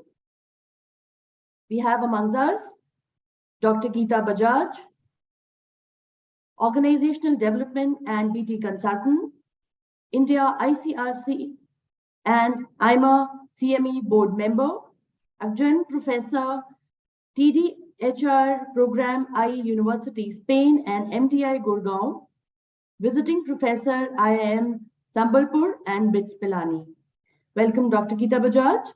We also welcome Mr. Sanjeev Asthana, Chief Executive Officer, Patanjali Foods. Our warm welcome to Mr. Ajay Arora, Vice President, Strategic Planning and Projects, Hero Corporate Services. We welcome Dr. Jitendra Mohan, Chief Information Security Officer, Business Head, Cybersecurity, Tata Advanced Systems Limited. And warm welcome to Mr. Jitendra Sharma, Founder and CEO, Hair Originals. With this, we hand over the session to Dr. Geeta Bajaj. Thank you so much, Soumya.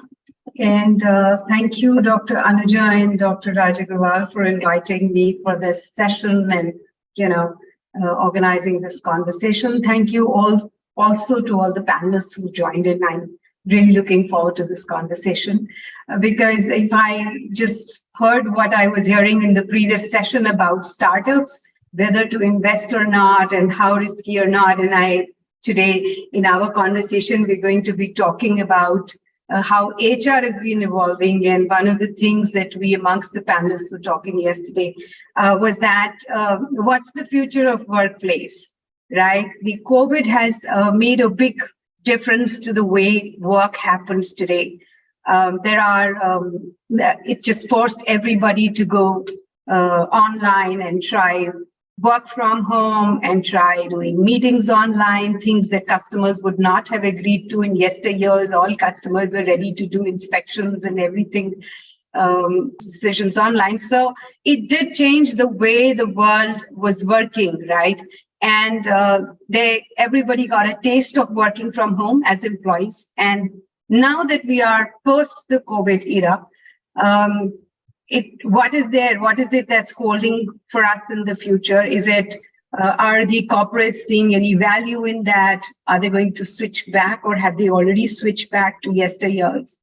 Then about the startups, what we were talking about, so many startups. And if we look at the news just day before yesterday, the ET was reporting that more than 25,000 employees in the startups have been laid off since 2022. So 1 year, and that's the number. And I'm talking only of India, right? Otherwise, we've been hearing of so much of news from across the world. So Google, Amazon, Wipro, Facebook, Tesla, everybody has been laying off. So on one hand, we have employees who are demanding that, give us the leeway of working from home. We're hearing they are in a demanding position. On the other hand, and on the other hand, there are companies which are laying off and there are no jobs. So what is really the scene in the market, and what is it that the future is holding for us?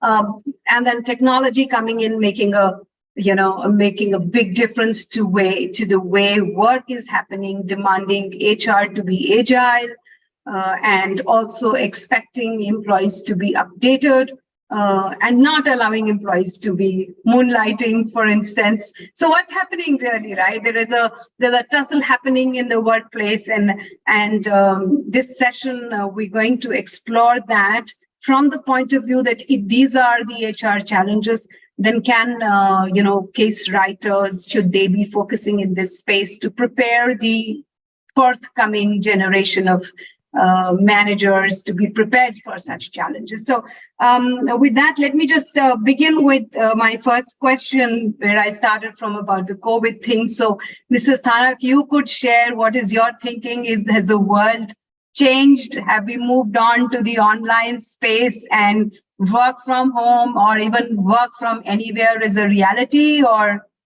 are we back to normal? What was our earlier normal? So first of all, good morning to everyone, and good morning to you, Dr. Geeta Bajaj. And very happy to be here and sharing my perspectives on, work from anywhere as it is evolving.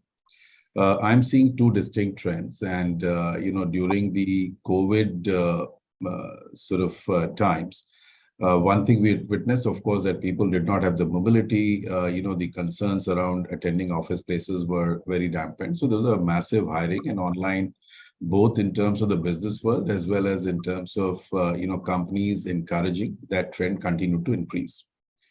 Post the COVID, clearly what has been felt is that both in terms of the productivity of employees, because a lot of things, both in a positive and negative way, started to surface. Some of them you alluded to in your opening comments also, whether it was the moonlighting issue or whether it was, taking up, different roles, not being productive enough, etc. And there's ample data, which is now sort of demonstrating that while it benefited companies and the employees in the beginning during COVID times, post that it has changed. And now there's a greater recognition that the companies are not very excited about, work from home. So that the different models which are working. So a lot of consulting firms and banks and service-oriented industries who don't need to physically see employees in the office, they have, I think, taken a turn for a much more decisive turn in terms of genuinely going in the direction of work from anywhere. And, there's a hybrid model they've evolved. But companies like ours, which are, physical companies like, manufacturing and core FMCG and distribution and, procurement and supply chains and all that, I think they have tended to encourage a lot more that, people show up to the workplaces, and that works certainly a lot better. So I would say it's a mixed bag. I think world has seen a new model. It is going to change forever because most of the consulting firms and all that have changed. And I think companies like ours will continue to work. But there's a greater acceptance in the management and the promoters and the owners that there is alternate model to attending the office, and which is that flexibility of working hours and, flexi hours, more on productivity, etc. So we're seeing very interesting times as we go forward, but certainly not as good as what we saw in the COVID times. I think clearly it is changing. So what I'm hearing is we're arriving at kind of a balance between the two, depending on the industries, right? And if I may take this question to Dr. Jitendra, who comes from completely an IT cyber security background and all. Dr. Jitendra, what are the challenges in making this happen, right? So, because if it were so good, we would have completely moved to it, but we're seeing a balance. And your domain is where you do most of it, right, in the IT world. So what are the real challenges in making it happen, and what are companies doing to address that? Yeah, thank you so much, Dr. Vijay, first of all, and good morning to all. So as Mr. Asthana, I think quietly put in that it is a mixed bag right now. During the COVID, everybody was working from home. And now we see a lot of hybrid working there. In the IT also, IT normally the two-part, one is the service industry and the product industry. Product industry was earlier also working work from home, not so much, but service industry moved to work from home during the COVID piece. Subsequently, when the COVID came, there was a lot of technology challenge. Means when we look at, I think, the online collaboration tool like Zoom and other tools which you've seen, we see these tools have enabled organization to work from home. At that point of time, the advantage was that the people are working together, and from that togetherness, they wanted to work from home. So they knew, most of people knew each other. But during the COVID, what happened the last couple of years, there are a lot of people who joined online, and the affinity to the organization, I think that was missed, the physical, basically interaction which was there. Now, what you see now when the COVID is almost over, of course, we keep on hearing something here and there, almost over. Most of the organization, even though they work, they have got a remote working or work from anywhere. Once in a month or once in a quarter, they call everybody together to bring that cohesiveness. Because in the service industry, you need to have people together. It is a team-based work culture. In the service industry, it is not an individual can work like in the product industry. I'm talking about the specific for the IT one. Of course, manufacturing, retail, you need to come to the office. It is a physical setup. People have to come and work there. But in the IT, So what are companies doing to build that bonhomie in the team or the cohesiveness in the team? How do they do it? How do they manage now that, you know, they want, especially when you have very high level of expertise that you need, for instance, in the domain in which you are, you would like to source people from anywhere in the world, right? Then how do you ensure that there is a cohesiveness? What are companies doing to make that happen? Yeah, so a couple of things which we have seen in the last 3-4 years. I'm specifically into IT industry, which you see. When this COVID thing happened, you've seen a lot of online engagement programs started by the HR team. Okay, they used to have even the Friday fun or events like that, where they call people online and they encourage team members to basically show their skill set. Somebody's got a musical talent or singing or something like that, so that they get involved. So that is the one thing which we have seen earlier piece. Now what we do now, the COVID is not there. So as I mentioned to you, once in a quarter, once in a month, they wanted to have physically together. They got a team building exercise so that they can work together. That is one piece. Now the other side, when we talk about the cohesiveness, the other side is basically the team productivity. Okay. Yes, we know that people work long hours in the work from home scenario. They don't have to travel, so they can use that time and the flexi hour which have been there. But there's another challenge. We have seen the moonlighting, I think, the case which you see number of times, which is there. There's a very, and this is also a reality. When we talk about moonlighting, this is also a reality. Okay, we need to live with that. The people are working in the multiple organizations, multiple projects, or they are doing some independent projects for that matter. So how do you make sure that in a service industry, when you build 8 hours for an employee, okay, he works 8 hours for your organization. That is one. Second is the data privacy issue. You know, when you work on the software or any of the basically IT systems, you are touching the customer's data which is there. Sometimes it's PII data. So how to manage, basically look at that it has been secure. So all these things, when you look at all this scenario, it's still a hybrid. On the organization side, I've seen a lot of organizations, they have IT companies, they have basically left their rented offices because they wanted to save cost. And currently we know there's a lot of cost pressure on the IT organization because of the recession and the inflation which you see in the globally, which is there. So there's a layoff thing which has happened. So when you summarize all these things, we see there are a lot of innovation which is done in the HR right now to build the cohesiveness. If you look at that, they are looking at online tools to basically engage people. They are also looking at them to have a small teams which have been there. There is a regular town hall which happens so that senior management can communicate their vision to the team members, the new team members, because you need to align to the vision whenever you work on a company which is there. So you see all these activities which are happening in the organization right now. Very, very interesting thing. And in some cases, I've seen that they hired the third parties to basically do that, because when you look at the startup, they don't have such kind of agile infrastructure. So there are boutique firms which has come, which helps organization to basically have the HR cohesiveness, how to basically engage more people and look at the productivity which is in there. On top of that, they put tools. They do a lot of sentiment analysis. They look at the social post of the employees, how they behave there, because right now they're not in the physical space. An issue come, I think people post on the LinkedIn or on the Twitter for that matter. They don't go to the HR. So they are monitoring the social media of the employee also to see what they are thinking, what they're doing. Yeah, so there are a lot of things which are happening in this space right now. And that's why the technology plays a very important role which is there.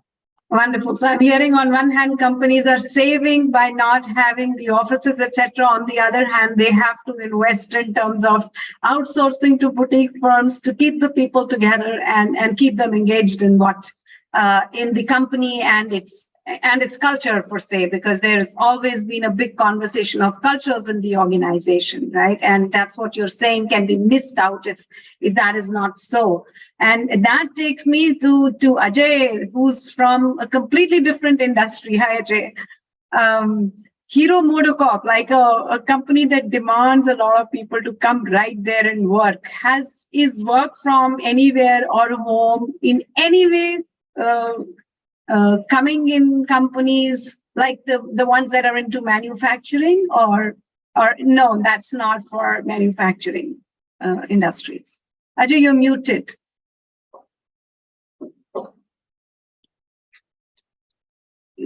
We still can't hear you. You're muted. Soumya, you could help. Maybe we can. Yeah.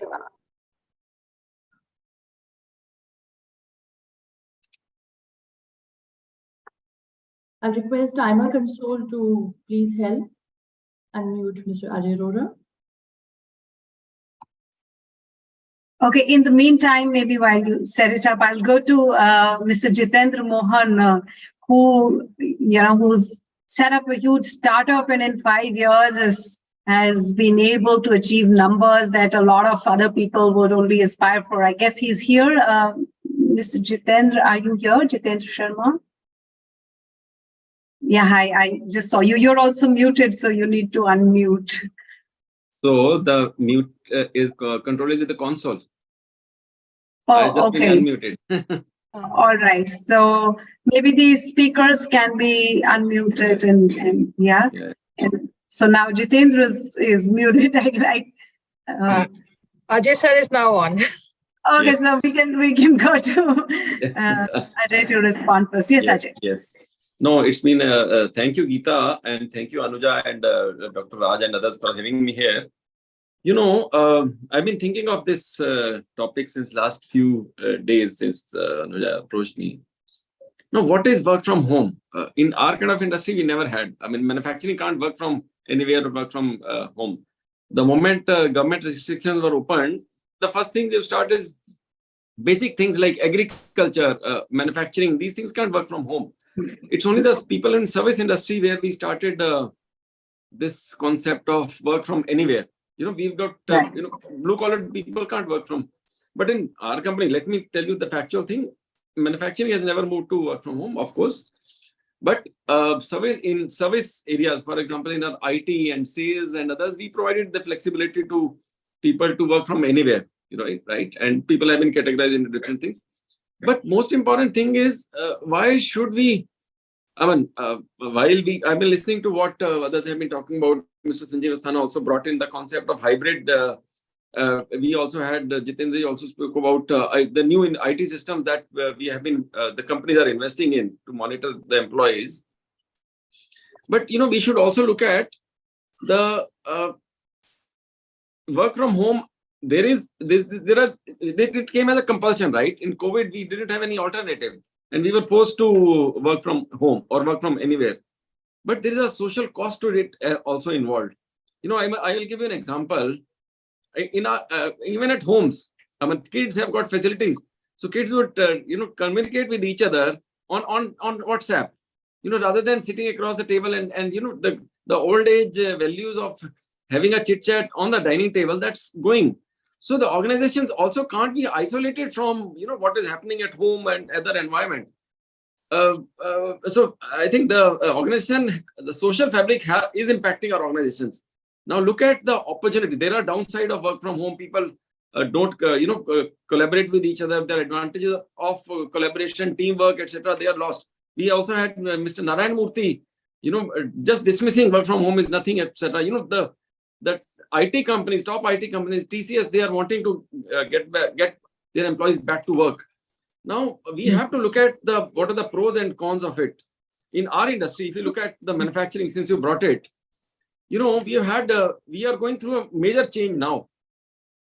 We have had, we all know of industrial revolution. In 18th century, we had, mechanization came in, and there were some job losses when industrial revolution came in, right? We had mechanization came in. And then when we had the second industrial revolution, when the telegraphic lines and the railroads were developed, again, there were some job losses there. When we had industrial revolution 3, which was software and technology revolution, now we are into industrial revolution 4.0. That's industry 4.0 is what a lot of people are talking about. This is leading to digitization of manufacturing. I mean, if we say that it is going to be harmful, robotics will come, and more sensitization, more sensors will be brought in, job losses will be there. That's one part of it. I think for us, the important thing is to look at how new opportunities will be brought in because of this industry 4.0. Manufacturing itself is going to take a huge boost.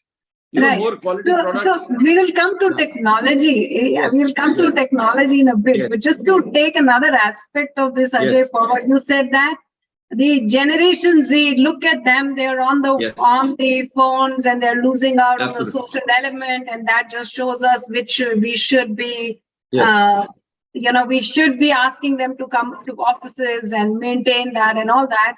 I'm going to take this to Jitendra and ask Jitendra, does that not mean that we should change because our employee has changed? So if we will not respond as corporates to the social reality,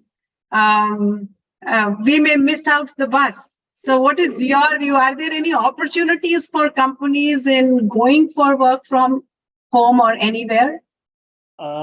So hello everyone. I have a bit of a mixed, I would say, opinion here. So as a young startup, we have experimented with all of these, and obviously in the beginning, that is one of the most important aspects is to ensure that how to be frugal, and then also to ensure that how are we productive. So personally, I'll give you two aspects of it. So I'm a small town boy coming from a very simple family, I would say, background. So I understand the value of I would say, interactions which happens on a real-time basis. However, I have also seen, being as a founder, that sometimes you would want to have some exceptional talent who is, let's say, in my case, I have an example, somebody who is in Darbhanga, Bihar, and I want to work with that guy. But the person, just because he recently got married, is just not able to, let's say, join in Gurgaon. And obviously, I don't want to be a villain in his life by forcing him to do that. So basically, there are different aspects. And then what we ended up doing with this particular case, for example, is that we asked that person to do a hybrid sort of a model. We said, why don't you start working on a work from home? Again, we started out and carved out the opportunity, or the whole, I would say, the whole profile in a manner that the person can work, let's say 10 to 12 days on a work from home. And then we arrange certain flights for the person to visit us for a 3 to 4 days, in a month and all. And then we do a hybrid of both sorts. So what I personally feel, if you ask me, given a choice, definitely with respect to, again, depending on the kind of sector. For example, we have both manufacturing as well as service in our particular business. So anything on the manufacturing, sir is very right. Obviously, you cannot do anything work from home. It doesn't exist. Only for certain parts, maybe on the strategizing and all. But on the services side, or maybe marketing and other aspects, we can definitely carve out position where we actually use it to our advantage, that no amount, location and other places and all doesn't really play, as an hindrance. So I have seen companies shifting to models where they are asking their employees to 2 days a week or something as a work from home, and then also, keeping the interaction on, so that eventually we are building strong organization where interactions are more real as well. So I typically tend to feel that this is how eventually it should evolve to, or it is going to evolve. For certain aspects, certain positions, I would say more on coding sides or IT sides and all, where all you probably do not need, let's say, very day-to-day interaction, and it's very highly specialized computer driven or sole decision making driven jobs, which are actually very I would say high paying also, or maybe require a lot of effort as well. That can probably go work from home even completely, and that allows you to get talent from anywhere around the world. Leveraging actually one more thing, I mean, as I don't know, it's a different perspective if you would agree or not. But for example, myself, I come from a small city called Aligarh. I shifted to Gurgaon in my life. I worked 11 years in Paris and then came back to India. But the whole reason for me shifting away from my family, my parents, was because there was no opportunity for me to do right from there. In my heart, I always wanted to be with my family, but also do, bigger things. But that gap probably can also be solved now to an extent by work from home. So again, two different perspectives, but a bit of melange of two is definitely what I feel is going to be, and what is eventually becoming the norm in the society today, in the corporate world today. Right. So across the board, all four believe it's the hybrid world we're looking at. We cannot have one way or the other, is what I'm hearing. And it's depending on where it's essential, whether it's expertise that I need or something else that we go there and get that.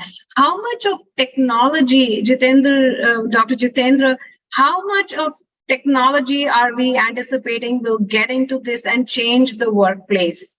And how the HR managers of the future should be prepared for the new technologies? What are we seeing there?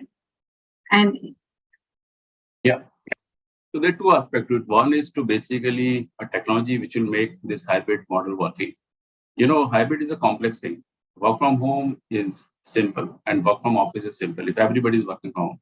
Imagine a situation, I think, as Jitendra, right? My namesake Jitendra also mentioned this thing, that a person is 10 days at his home and 2 days in the office. Now you've got a team of 10 people. Okay. So you need to have a sync, either everybody's at the office at the same time. But if you wanted to have people in the hybrid mode, there will be some people working at home, some people in the office, and you wanted to basically have the collaboration or some meeting which have been there. So you need one technology for that. That is one piece. But coming to the HR piece, I think now it is much more important for HR to use the latest technology. When I talk about technology, instead automation, AI, ML, because right from the sourcing. Now, when we look at the talent, which is anywhere, I think like Jitendra mentioned earlier, I want a very good coder which is based out of maybe not in India, maybe Poland or maybe Ukraine or somewhere else, but I wanted to use them. So, and everybody I think is on the LinkedIn. So you need tools who can get you the right talent. Okay, you can't do manually. There are a lot of things which are available. So I think you use technology to right from the sourcing. Okay, use technology. You CV to your JD. What kind of a JD you wanted to have? You can't do manual. Okay, use technology to do that thing. So that's why HR is what I see. I think most of the HR which they use for the ATS or talent acquisition tool which they use, they have got AI ML, which automatically throws up that these are the right talent across the globe for you. And if you wanted to hire them, okay, that's the one piece which we see. Second, again, on the engagement piece, when I talk about, engagement is not, as I mentioned to you, right now, people talk about in the social media first compared to the organization or to the family also. If you see something, you immediately post. Okay, you don't talk to somebody. I think that's what the life has come to. Okay, you want to put on Facebook, Twitter, or somewhere which have been there. So you need technology to see what your employees thinking. Okay, what is their want? See the organization going to a new direction. The CSR is a big thing. The young generation wanted to contribute to, voluntary and the corporate social. They're very, very, I think, going to this working with the NGO. They wanted to work, but they wanted to aspiration to do something for the. Jitendraji, sorry for interrupting, but tell me, what are the ethical issues around, monitoring the employees' social media and other data? Can that throw up, are there ethical issues in that? There are people who are in their personal space. They could write something. They're not pertaining to the company, but otherwise. So is it okay for companies to be doing that? to be monitoring the data? And I'd like to hear other panelists' views also on that, because that's a concern that employees. So I'm on the other side voicing a concern of an employee. I mean, I need my own space. I should not be doing anything on the corporate, corporate space, and I should not be writing about my company. But should companies be monitoring my personal space? So very And is technology a threat in that sense? So technology is how you use it, first of all. Technology, good or bad, the way you use it. Okay, I'll not blame the technology here. It is the ethical question which is there and very debatable point. Okay, there's no answer to it, there's right or wrong. But let's take a situation. You have CCTV across the city nowadays. You have CCTV everywhere which is there.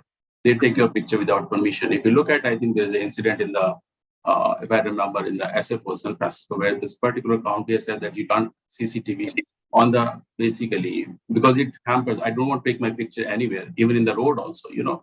So it is a very, very debatable point, to be honest, okay. And there are various views to it. But having said that, most of the organization which I see, and the large organization where there's a, they work on the confidential or the customer system which have been there, they ask for your social handles.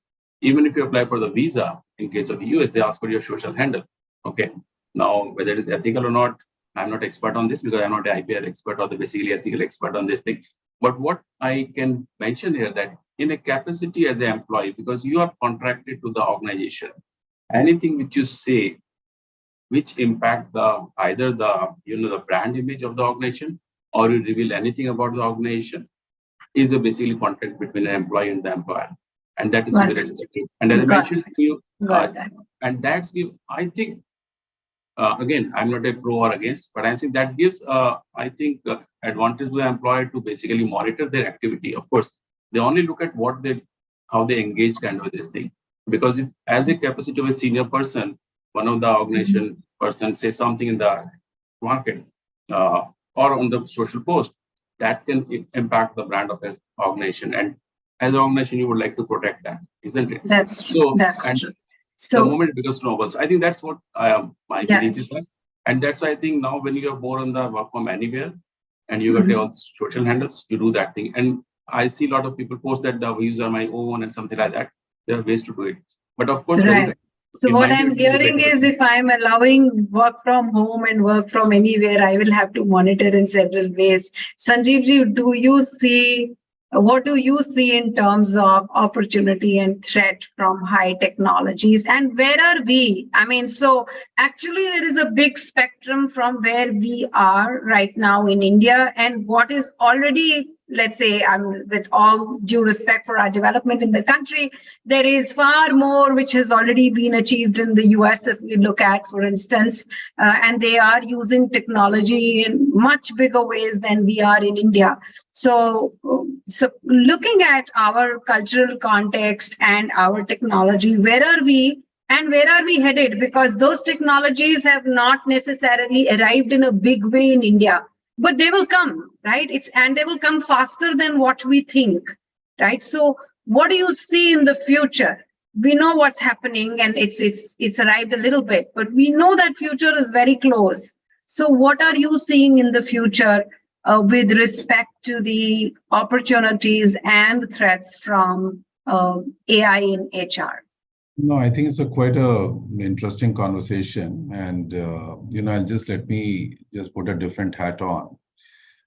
So two sort of parallel set of streams are working today. One is to the point someone mentioned about youngsters communicating over social media with each other, or general tendency of people, including all of us as well. So, we are active on social media in some form or the other, and which is both could be a personal opinion and also could be a, your viewpoint about an entity or company or whatever. But so I'll give you my very personal view. I think two parts. One, there's a very sacred contract which the employees have with the company. And especially being a listed company, I know the sensitivity of one wrong interview, one statement incorrectly given. It can have a very serious impact instantly, that we see the reaction is within 10 minutes of that happening. So both in the stock market and concerns which, the investors or the other stakeholders will have. So I think one part is that the maturity in people to be able to, clearly distinguish between the personal space and the office space. I think that is one part which is very clear. Unfortunately, the problem is that the two are very difficult to divide, really. So what constitutes a very personal viewpoint, which has got nothing to do with the company, and what constitutes, official and which may have, so that unfortunately how people interpret and how people decide. So I'll give you my own personal sort of conduct on these matters, and then I'll come to, the broader issues on technology, what you raise, and how, global companies are working. And I'm talking my erstwhile companies as well. So I feel that employees have to be sensible about it without a question, because there's a great amount of money that rides. There's a stakeholders' reputation involved, and there's a company's risk involved in terms of what we utter in the public on the social media. If it has a significant bearing, on the corporate in any way, whether it's the image part of it, whether it's the investors' viewpoint towards it, or other stakeholders are getting hurt, I think employees have to behave responsibly, and there are very clear-cut policies that are laid out by the companies now, including what is acceptable and what is not.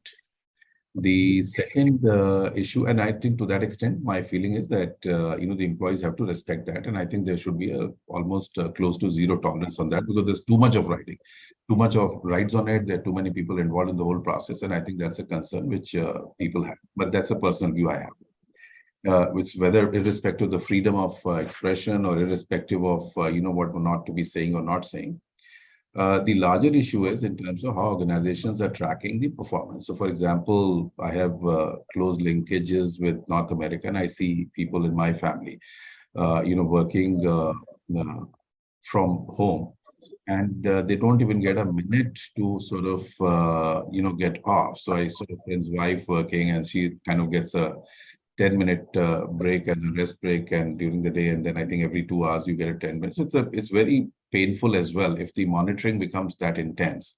So especially at middle level, especially at junior levels, when and including, it's ridiculous as well. So she will, this friend's wife, she will tell her husband that you just keep moving the mouse, so they will not be able to see that. So it's like as if system, and just instead of 10, I'll take 15 minutes off. So it reaches a ridiculous proportion, but the fact is that this closer tracking and all that, I think, is very burdensome for the employees as well to be, in what is much easier in the physical sort of working space to be doing that. But coming back to the ethical part of it, in terms of how much tracking, to what extent tracking, as to what employees doing, whether, rather than moving the mouse around or not being there or not, there's a minor matter. But a larger issue is in terms of the intrusion into the private space by the companies, and to what extent are they doing or not doing. So companies have to be equally responsible. And first part I mentioned about employees, but I think companies have to be equally responsible to the private spaces and to what extent they intrude. So US, for example, is very they've got very tight policies which have been laid out, by US and Europe. I mean, how much you can intrude, how much you can sort of get into the private spaces, how much you can use leverage or otherwise. I think there are policies, there is some bit of regulatory architecture, there's some bit of governance, etc., that drives it.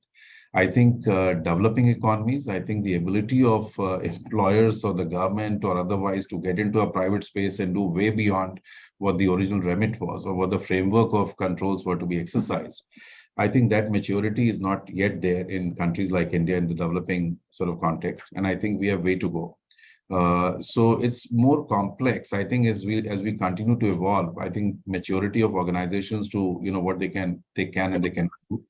I think the ability of the employees to respond to responsible behavior, what might constitute that. And I think that is a maturity of economy. It's a social maturity. It's an economy like India is still evolving and growing. And I think we will take some time before we reach a particular point.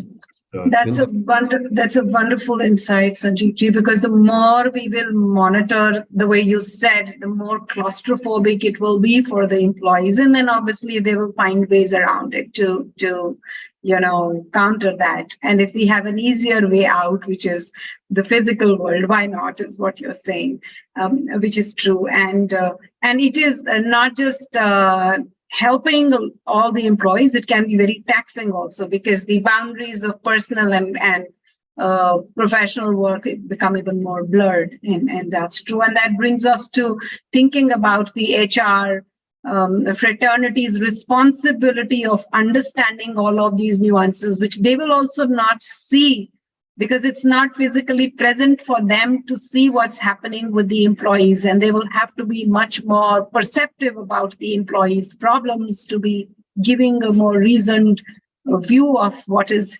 what is right and what is wrong, and that's so well said. But I'm putting a slightly tricky situation for my panelists who have so much experience here to share what they think.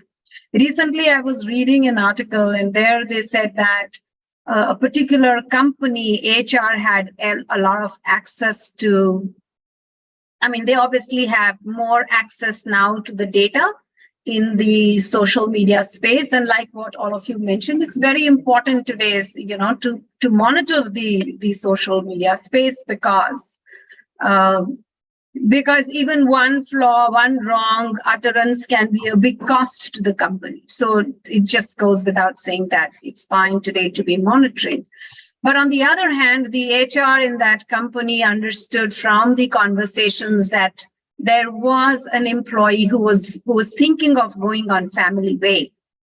And while there were like innocent conversations around friends that they were able to track, and then they were deciding on where to post the employee and whether to give that project to the employee or not, because if the person's going to be on family way, we should not be giving this kind of a responsibility. So even though the person is not even done, is only conversing, that personal information is available to the HR, and the HR is using that data to make the decision without talking about it. Because if you will talk about it, you are actually, it's not acceptable legally to be making any such conversations and making your decisions on this data, because then there is inequity in our workplace. So if there is inequity in the workplace, you can't talk about it, but you have access to the data. So now there will not be any conversation also on it. So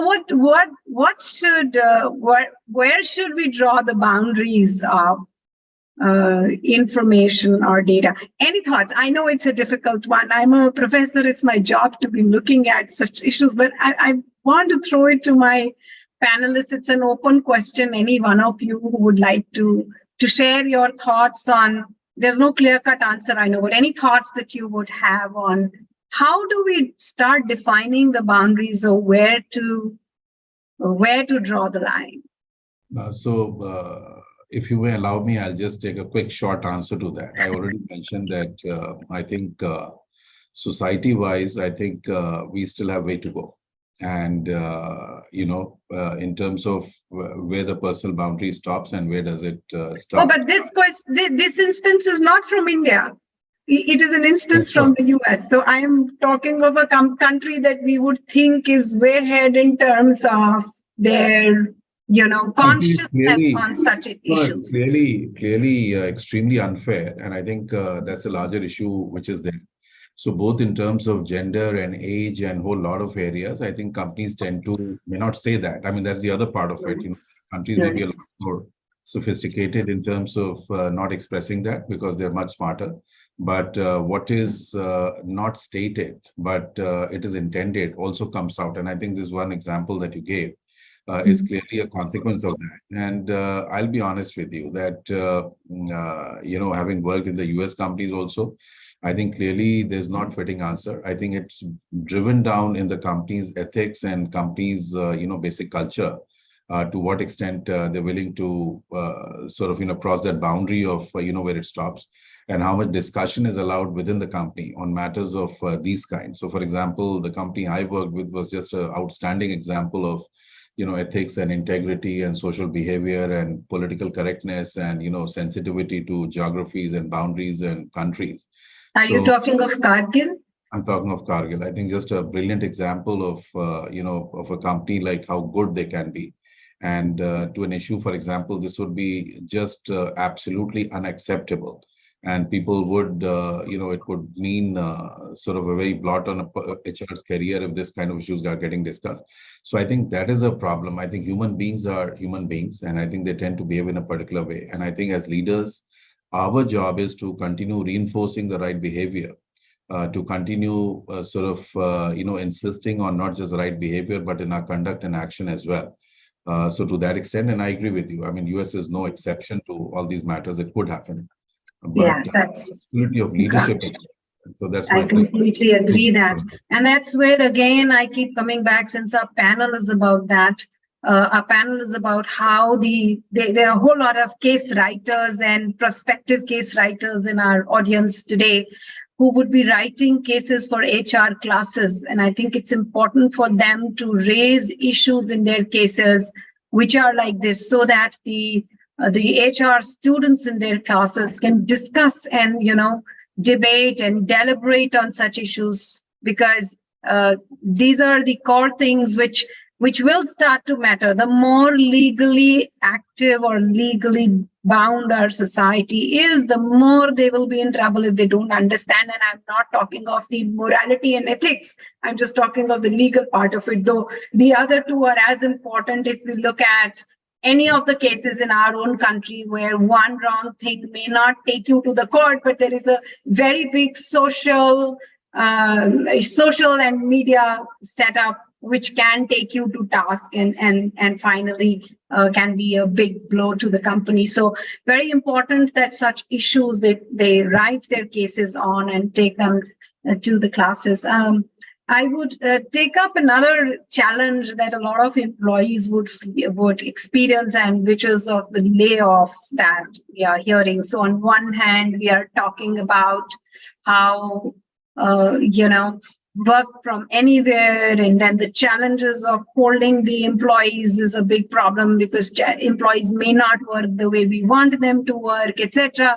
We also are saying high technology coming in, and I interpret from that we are expecting our employees to be upskilling all the time, because if they are not upskilling, they will be outdated, right? So there's a demand on the employees that they should be upskilling. So the huge demand on one side. On the other side, there's a huge news in the media on layoffs and people being, in large numbers losing jobs. So is that was very less in yesteryears. Earlier, there were not much layoffs, but we used to hear that from the international news of a lot of developed countries that's happening there. But today it's become a little more common in India as well. So Ajay, what is your view? I know your company has, in my understanding, has never laid off, Ajay. Is that right? Yeah, you're muted, Ajay. You're muted. See, there are two perspectives to that. Of course, there are legal challenges to doing a layoff in a manufacturing this thing. I mean, you don't call it layoff, you call it, there are other ways of doing it. But yes, as a philosophy as well, our group has never resorted to large scale layoffs. I used to work with Maruti and Suzuki and Hero Honda, Hero Motocorp and Hero Corporate. In these kind of companies, we talk of lifetime employment. You start as a young person, and then in fact in our group as well, there are, and we take pride in saying this, that people continue to post their retirement age. They also, they continue to work in a consulting capacity or advise on, mentor the new generation which comes in.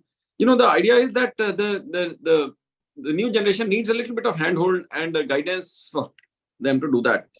But coming, in fact, as we speak, one of our group companies, Hero Motocorp, is running a VRS. So it's completely voluntary for, workmen, the staff members to opt for it. It's a completely transparent mechanism. And it's in fact, a lot of people are much more tempted to go for it when we have to rationalize the workforce, because the industry cycles go up and down. You have to manage that.